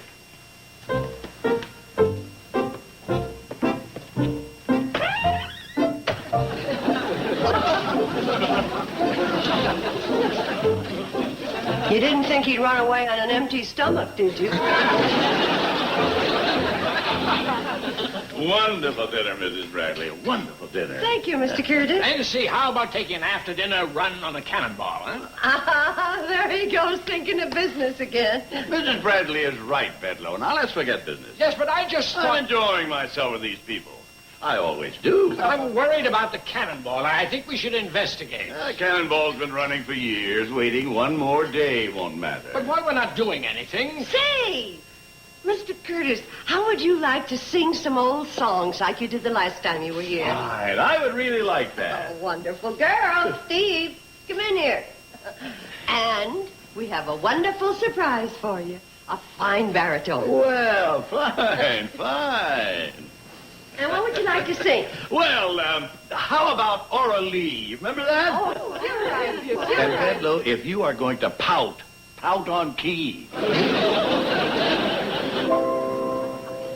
As the blackbird in the spring neath the willow tree sat and piped, I heard him sing, singing Aurelie. Aurelie, Aurelie, maid with golden hair. I thought I told you to stay in the room. Because the president of the CNFW is here, that's why. That's all the more reason the general manager of the Cannonball should meet with him. What are you going to tell him when he asks about the cannonball? That's all the more reason I should stay in my room. Until Mr. Curtis leaves in the morning. Say, don't forget my breakfast. I want ham and eggs, hot cakes. How can you think of food at a time like this? That just shows I got the making of a real executive. Don't get ruffled in times of crisis.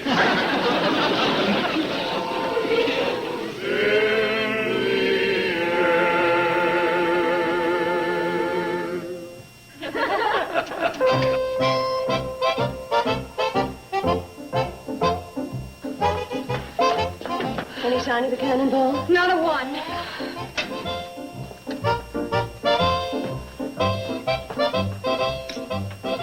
More coffee? No thanks. No, we'd better be getting on our way. How about some more blueberry muffins? Well, I don't mind if I do. I can have them later on the train. Mr. Curtis, what if I'd have Steve fly you to Hooterville? Save you some time. Well, thank you, Kate. But I think I should take at least one trip on the Cannonball, if only for business reasons. You see, it makes my trip tax deductible.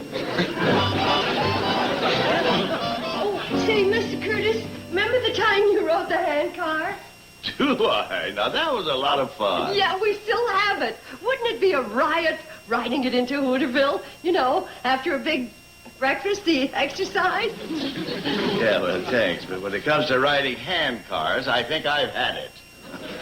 I think we've all had it. Mr. Curtis, there's something you should know. Pardon? I said there's something you should know, and I want to tell you. Well, there's the old Cannonball. Right on schedule. And what did you want to say? I was just going to say that the cannonball would be on schedule, as usual. Right, Mr. Bedlow? Bedlow. It's all right. I'm used to him. You know, I could never understand how he could win the Good Guy Award.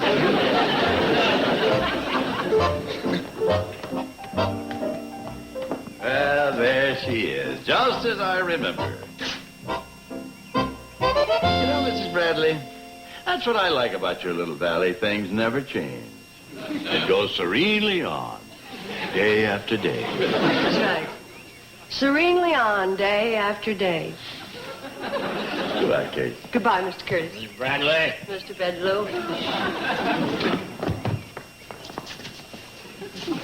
As general manager, I got to go down and dispatch her. Dispatch what? Steve's plane. He's going on a crop dusting job.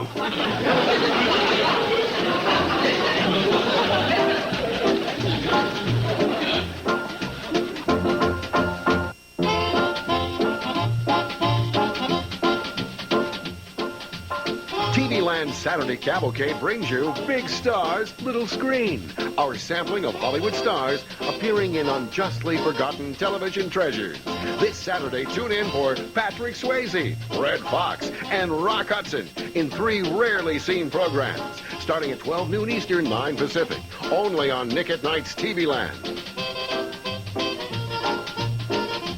Now stay tuned for Green Acres, next on Nick at Night's TV.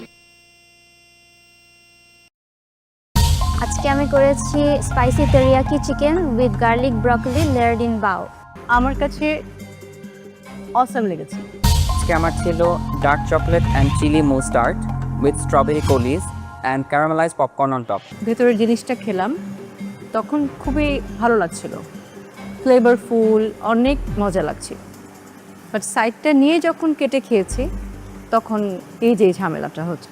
পোড়ার কারণে কাটাও যাচ্ছিল না, ঝুরঝুর করে পড়ে যাচ্ছিল। বরিশালের নওশিন আপনার খাবার নিয়ে চলে আসুন।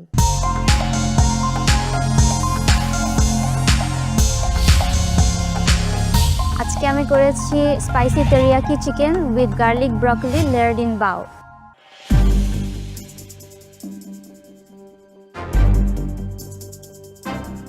প্লেটিংটা ইনিশিয়ালি দেখে একটু মেসি মনে হয়, এত কিছু না দিলেও হতো, নিট লাগতো একটু।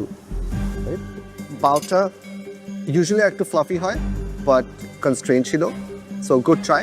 বাও হয়েছে এমনি, বাট আর একটু রেখে দিলে ডোটা একটু ফ্লাফি হতো। আপনি টেরিয়াকি সসে গোচুজাংটা যদি সরিয়ে দিতেন would have been much better.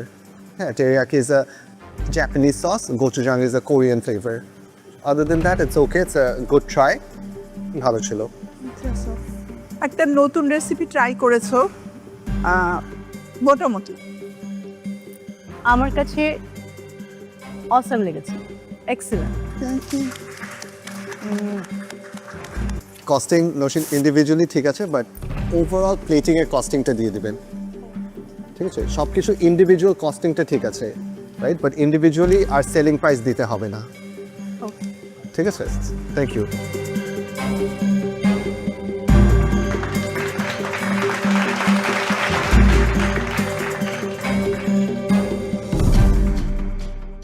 এবারে আজকের দিনটি যার জন্য do or die, doctor Munim ফরিদপুরের, চলে আসুন আপনার খাবার নিয়ে।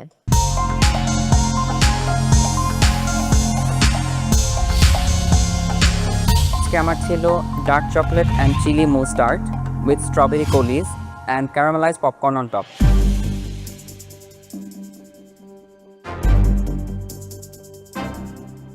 এটাতে কি প্রবলেম?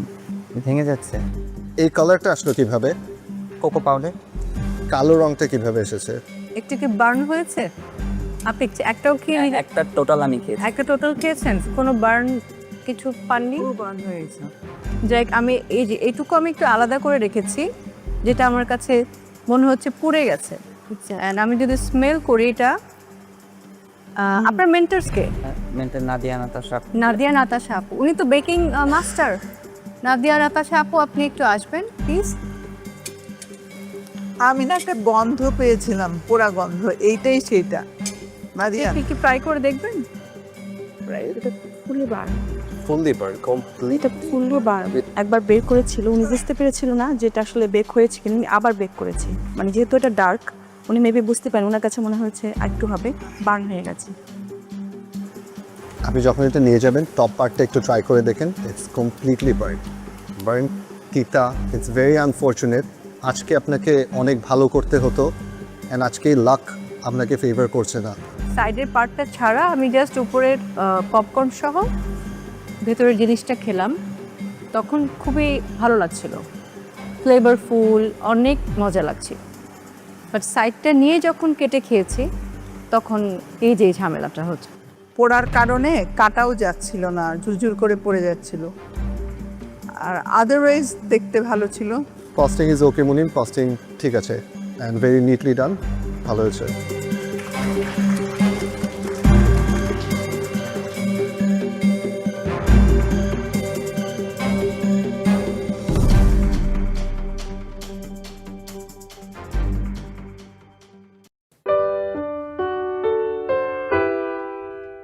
প্লেটিং এর আইডিয়া অলরেডি চিন্তা করা আছে। হ্যাঁ, এখন জাস্ট এটা হয়ে গেলে প্লেটিংটা করে দিই। 14 মিনিট বাকি, কস্টিং শুরু করে দাও। কস্টিং হয়নি, প্লেটিংটা পরে কস্টিংটা শেষ করে ফেলবেন। আমি জাস্ট এখন ক্লিন করছি তো যতটুকু না।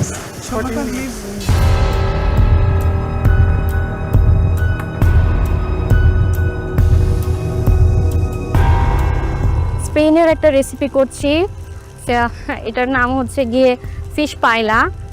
এখন আমি এটাকে দমে দিচ্ছি আর দেখি কি হয়। আজকে আমাদের পর্বের নাম হচ্ছে ফিশ ফিউশন। এটা আমার ভাগ্যে পড়েছে চাইনিজ। আমি আজকে আমার রেসিপির নাম হচ্ছে জাইউ। ফিশ দিয়ে, রুই ফিশ দিয়ে এটা করছি। আশা করছি এই টাইমের মধ্যে এটা কমপ্লিট করতে পারবো।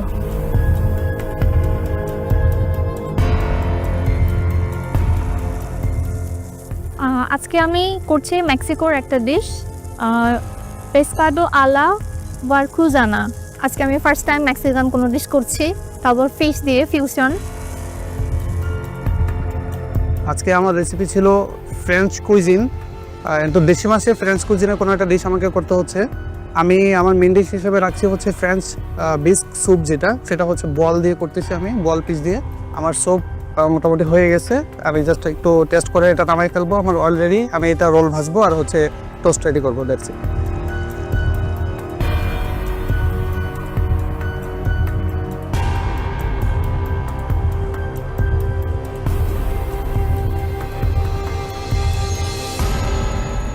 কি হচ্ছে জুয়ারিয়া? আমি ফিশ বেক করতে দিয়েছি ওভেনে, অ্যান্ড ফ্রাইড রাইস করছি সাইড ডিশ।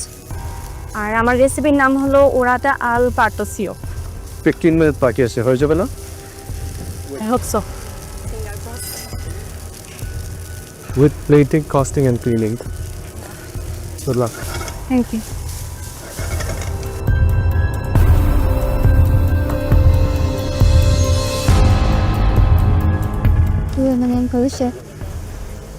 Thai cuisine. জি। দেখে বোঝা যাচ্ছে। We can smell the Thai flavors. আমার অলমোস্ট হয়ে গিয়েছে। স্টিমড ফিশ করছি আর সাথে হচ্ছে sticky rice. Very nice. Plating এর আইডিয়া অলরেডি চিন্তা করা আছে। হ্যাঁ, এখন জাস্ট এটা হয়ে গেলে প্লেটিংটা করে দিই। 14 মিনিট বাকি, কস্টিং শুরু করে দাও। কস্টিং হয়নি, প্লেটিংটা পরে কস্টিংটা শেষ করে ফেলবেন। আমি জাস্ট এখন ক্লিন করছি তো যতটুকু না। মানে প্লেটিংটা করো, পাশাপাশি চিনি, কস্টিং তারপরে।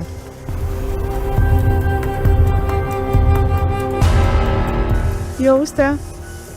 জি আলহামদুলিল্লাহ ভালো। আজকে আমার মেক্সিকান ডিশ পেসকাডো আলা ভারকুজানা। কি ফিশ নিয়েছো? আজকে আমি বোয়াল। বোয়াল? জি।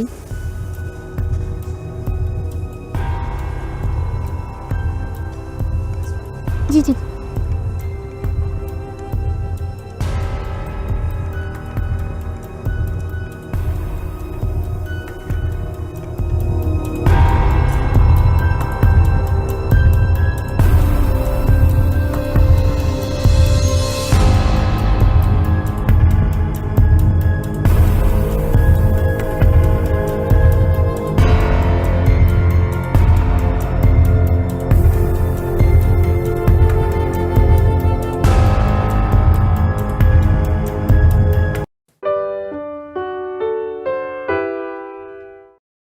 আসলে আমি মূলা একদম পছন্দ করি না, কিন্তু আজকে এসে এতগুলো আইটেম খেয়েছি, প্রত্যেকের পারফরমেন্সে আসলে আজকে খুব ভালো হয়েছে। এখন আমাকে একটু বলুন যে আজকে এতগুলো রেসিপি ট্রাই করার পর এখন মূলার প্রতি কি ওই মানে খারাপ লাগাটা দূর হয়েছে? একদম, মানে পারলে খাওয়াও যে ট্যাগলাইনটা, এটা মনে হয় সাকসেসফুল। কারণ আসলে আমি মূলা একদম পছন্দ করি না, কিন্তু আজকে এসে এতগুলো আইটেম খেয়েছি, প্রত্যেকের পারফরমেন্সে আসলে আজকে খুব ভালো হয়েছে। আর যেহেতু আগে টেলিভিশনে আর প্রোগ্রামটা দেখতাম, আপনাদেরকে দেখেছি, সো এখানে এসে আপনাদের সাথে দেখা হয়েছে, আপনাদের হাতের রান্না খেতে পেরেছে, এটাও আমার জন্য অনেক বড় পাওয়া। সো খুবই ভালো লেগেছে। পার্টিসিপেন্টস, আজকে বিদ্যা সিনহা মিম আপনাদেরকে চ্যালেঞ্জ ছুড়ে দিয়েছিলেন যে মূলা দিয়ে বিভিন্ন ফুড তৈরি করতে হবে। সো আপনারা কিন্তু সাকসেসফুল, কারণ আপনাদের প্রত্যেকের রেসিপি তিনি খুব পছন্দ করেছেন এবং পূর্ণিমা আপু বলেছেন যে সবাই খুব ভালো আজকে পারফর্ম করেছেন। যদিও দু একটা রেসিপি একটু খারাপ হয়েছে, বাট এটা একটা কম্পিটিশন, এরকম হতেই পারে। এবার যেটা হবে, যেহেতু তিনি আজকে আমাদের অতিথি বিচারক, আমরা দেখব তার বিচারে কার ফুডটা সেরা হয়েছে এবং কে কত স্কোর পেয়েছে।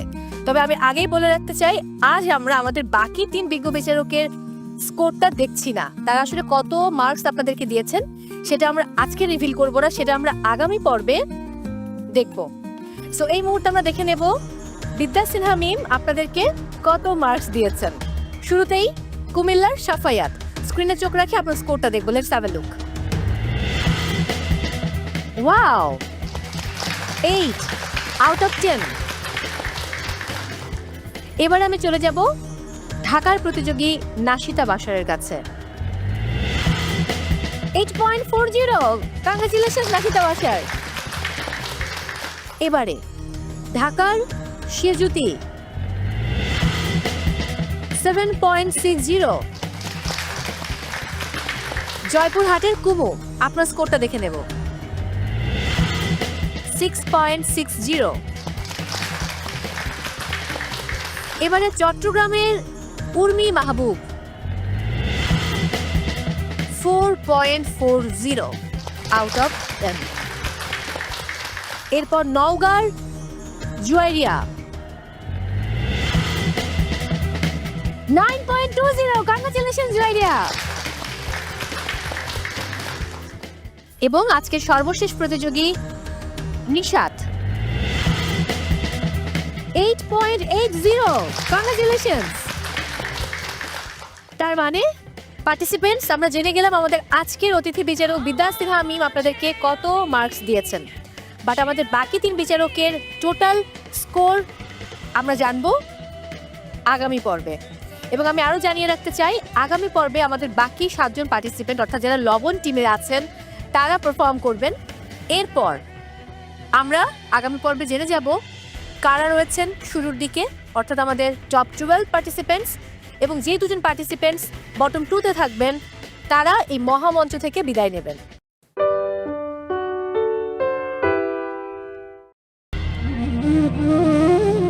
এত জলদি চলে যাব এটা আমি ভাবিনি। আমি আশা করেছিলাম যে অ্যাটলিস্ট টপ 10-এ আমি নিজেকে নিয়ে যেতে পারবো, কিন্তু একদম প্রথম এপিসোডেই আমাকে চলে যেতে হচ্ছে, এই ব্যাপারটা আমার জন্য খুবই দুঃখজনক। বিন্দুমাত্র দুঃখ আমার নেই, কারণ আমি আমার কমতিগুলো জেনে গেলাম। আমি অবশ্যই এখানে আবার আসবো। আমরা পুরো দেশ থেকে বাছাই করে নিয়ে এসেছিলাম সেরা 20 প্রতিযোগীকে।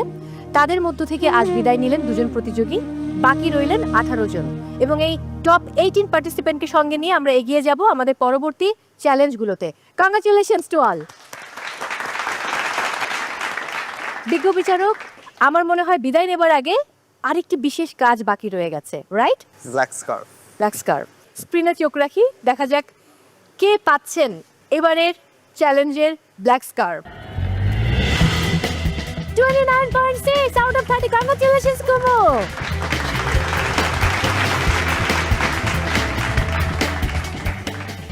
আবারও দ্বিতীয়বারের মতো কুমুর দখলে black scarf. So back to back দুবার, পরবর্তীবার হয়ে গেলে কিন্তু হ্যাট্রিক হয়ে যাবে। কুমুর লক্ষ্য থাকবে এখন হ্যাট্রিকটা পূরণ করা, রাইট?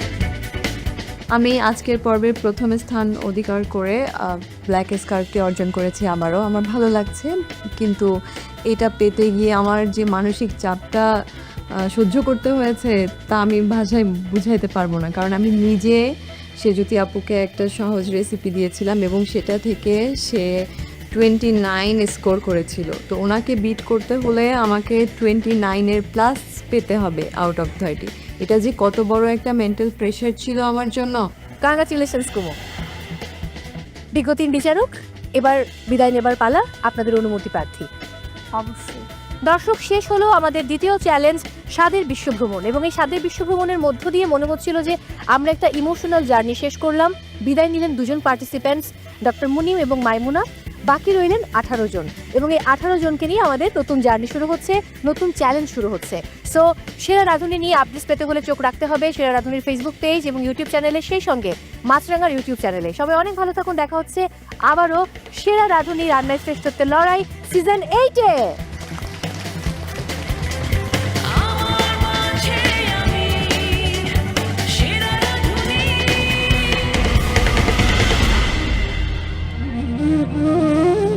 এত জলদি চলে যাব এটা আমি ভাবিনি। আমি আশা করেছিলাম যে অ্যাটলিস্ট টপ 10-এ আমি নিজেকে নিয়ে যেতে পারবো, কিন্তু একদম প্রথম এপিসোডেই আমাকে চলে যেতে হচ্ছে, এই ব্যাপারটা আমার জন্য খুবই দুঃখজনক।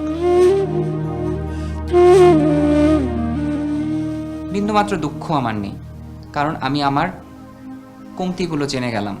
আমি অবশ্যই এখানে আবার আসবো।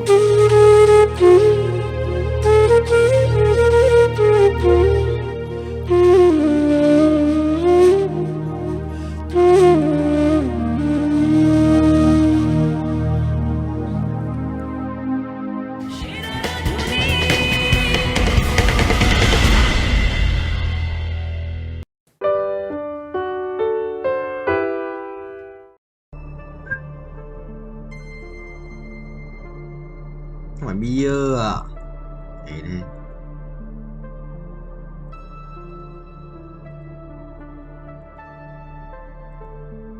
Yonami. Sao? Sao tay tàn hình vậy?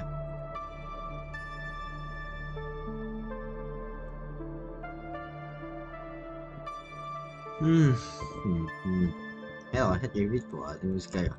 Một con này, 3 con, 4 con, 4 con, 5 con. Vẫn không đủ.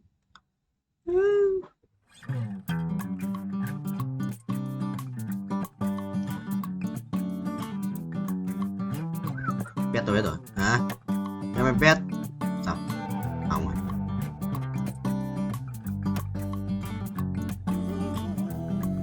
Ra rồi. Đây đây đây.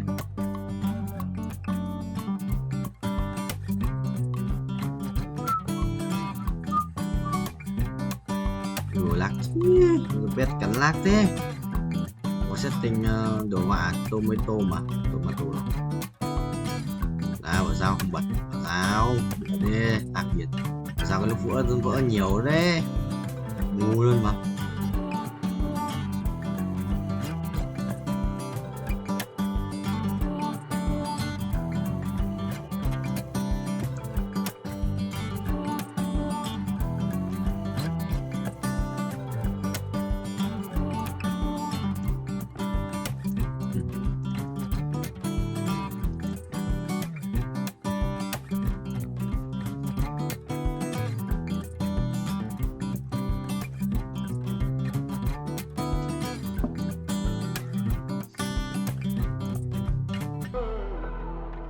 Dòng mà có tên tháng 2 ra rồi nhé.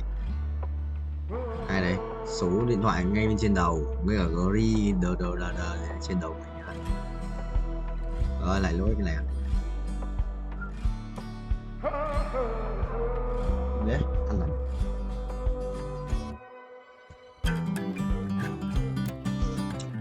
Bảo nhìn nó làm gì? Ăn được, mà cần đồ xăng đấy. Wow. Thì đăng cấp thực phẩm cái mất tiền.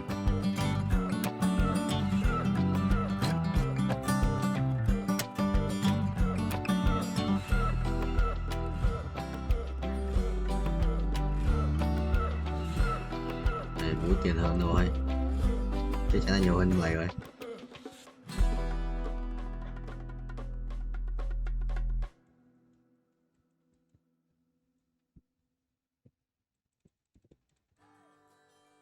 Tao có 9 xong.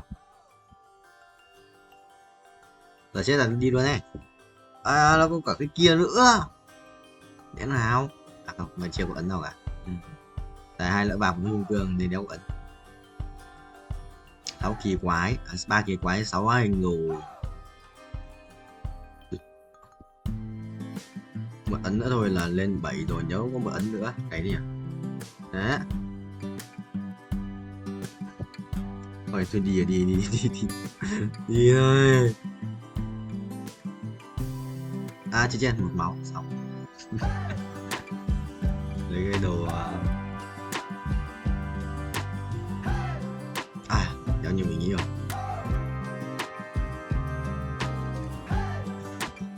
Tay quá.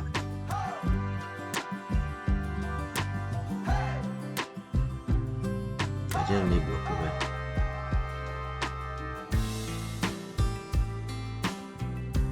Đúng rồi. Video à? Xin bạn này. Đặt sớt tiếp. Không có hội. Vừa thằng cắt vừa ride là bút lửa chịu. Không là bút lửa thì chịu.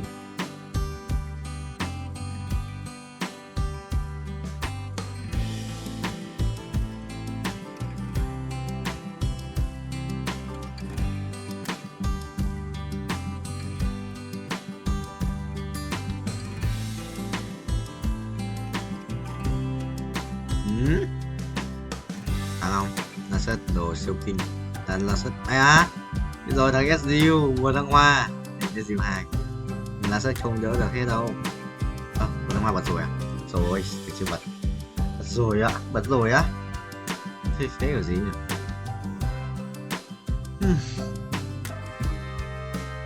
Vừa là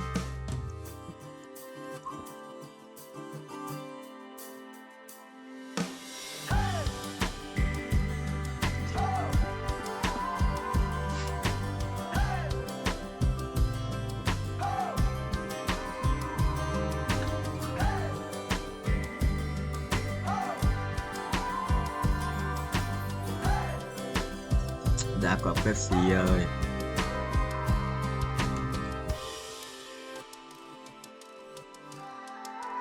Không phải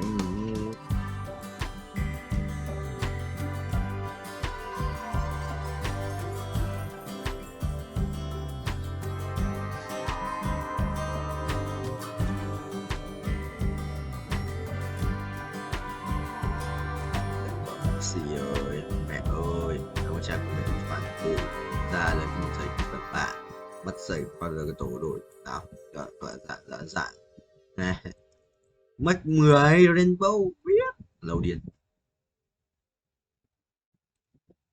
đeo loại vàng nếu có gì đánh chứ các bạn rất hay.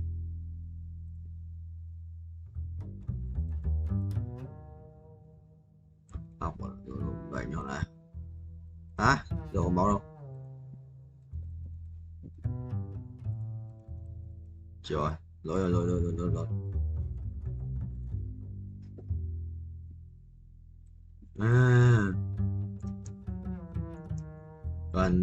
cần rainbow biết làm nhiệm vụ lâu điên có mỗi nhiệm vụ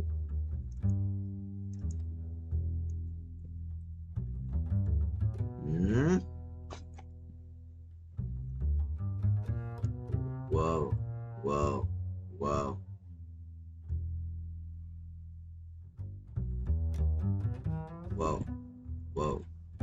phá lát xéo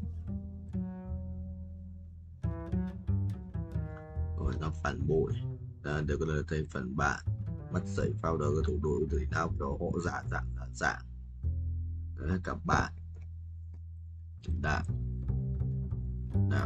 người cùng của anh Nam Hải Phạm chứ anh sai rồi xí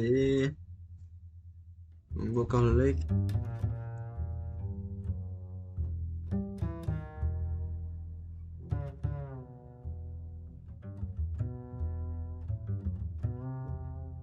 không phải bỏ học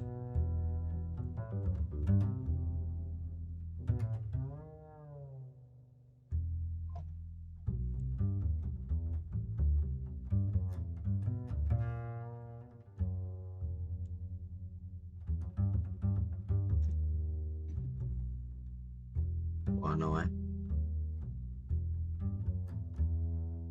vẫn đâu cơm. Bông ngon. Rồi anh phải không?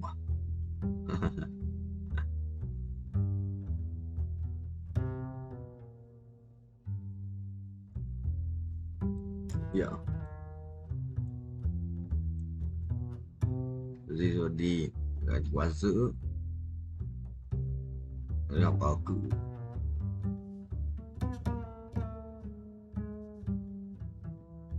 Không có cái gì cho vào. Biết rồi.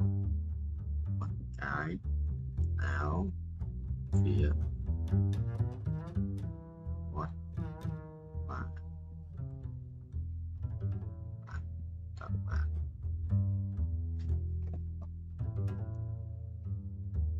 bật và quay vượt mặt, quay vượt mặt, quay vượt mặt, quay vượt mặt, quay vượt mặt, quay vượt mặt, mặt nằm cạnh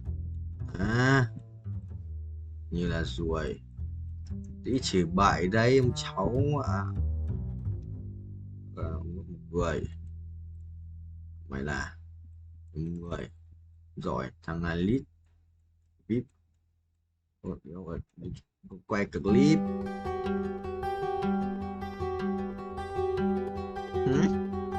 Rồi cho tôi này, tôi ra dễ cả 1.5 anh nó đi xem lại thử bán một mày.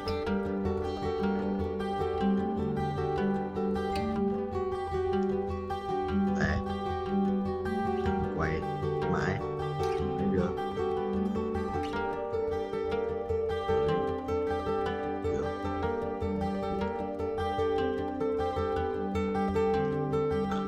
Đầu điện mượn tiền đi.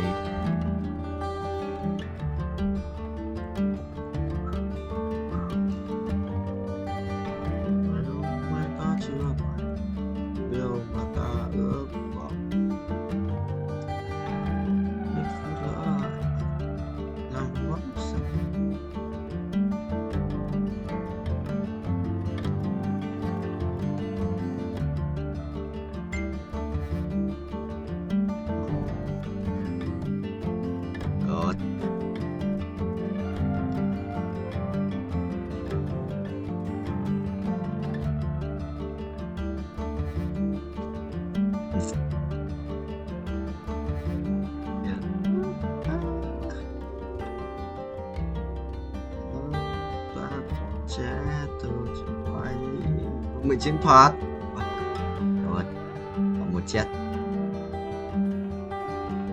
đạo phẻ lắm rồi, mình khác yếu lắm mà lão thì yếu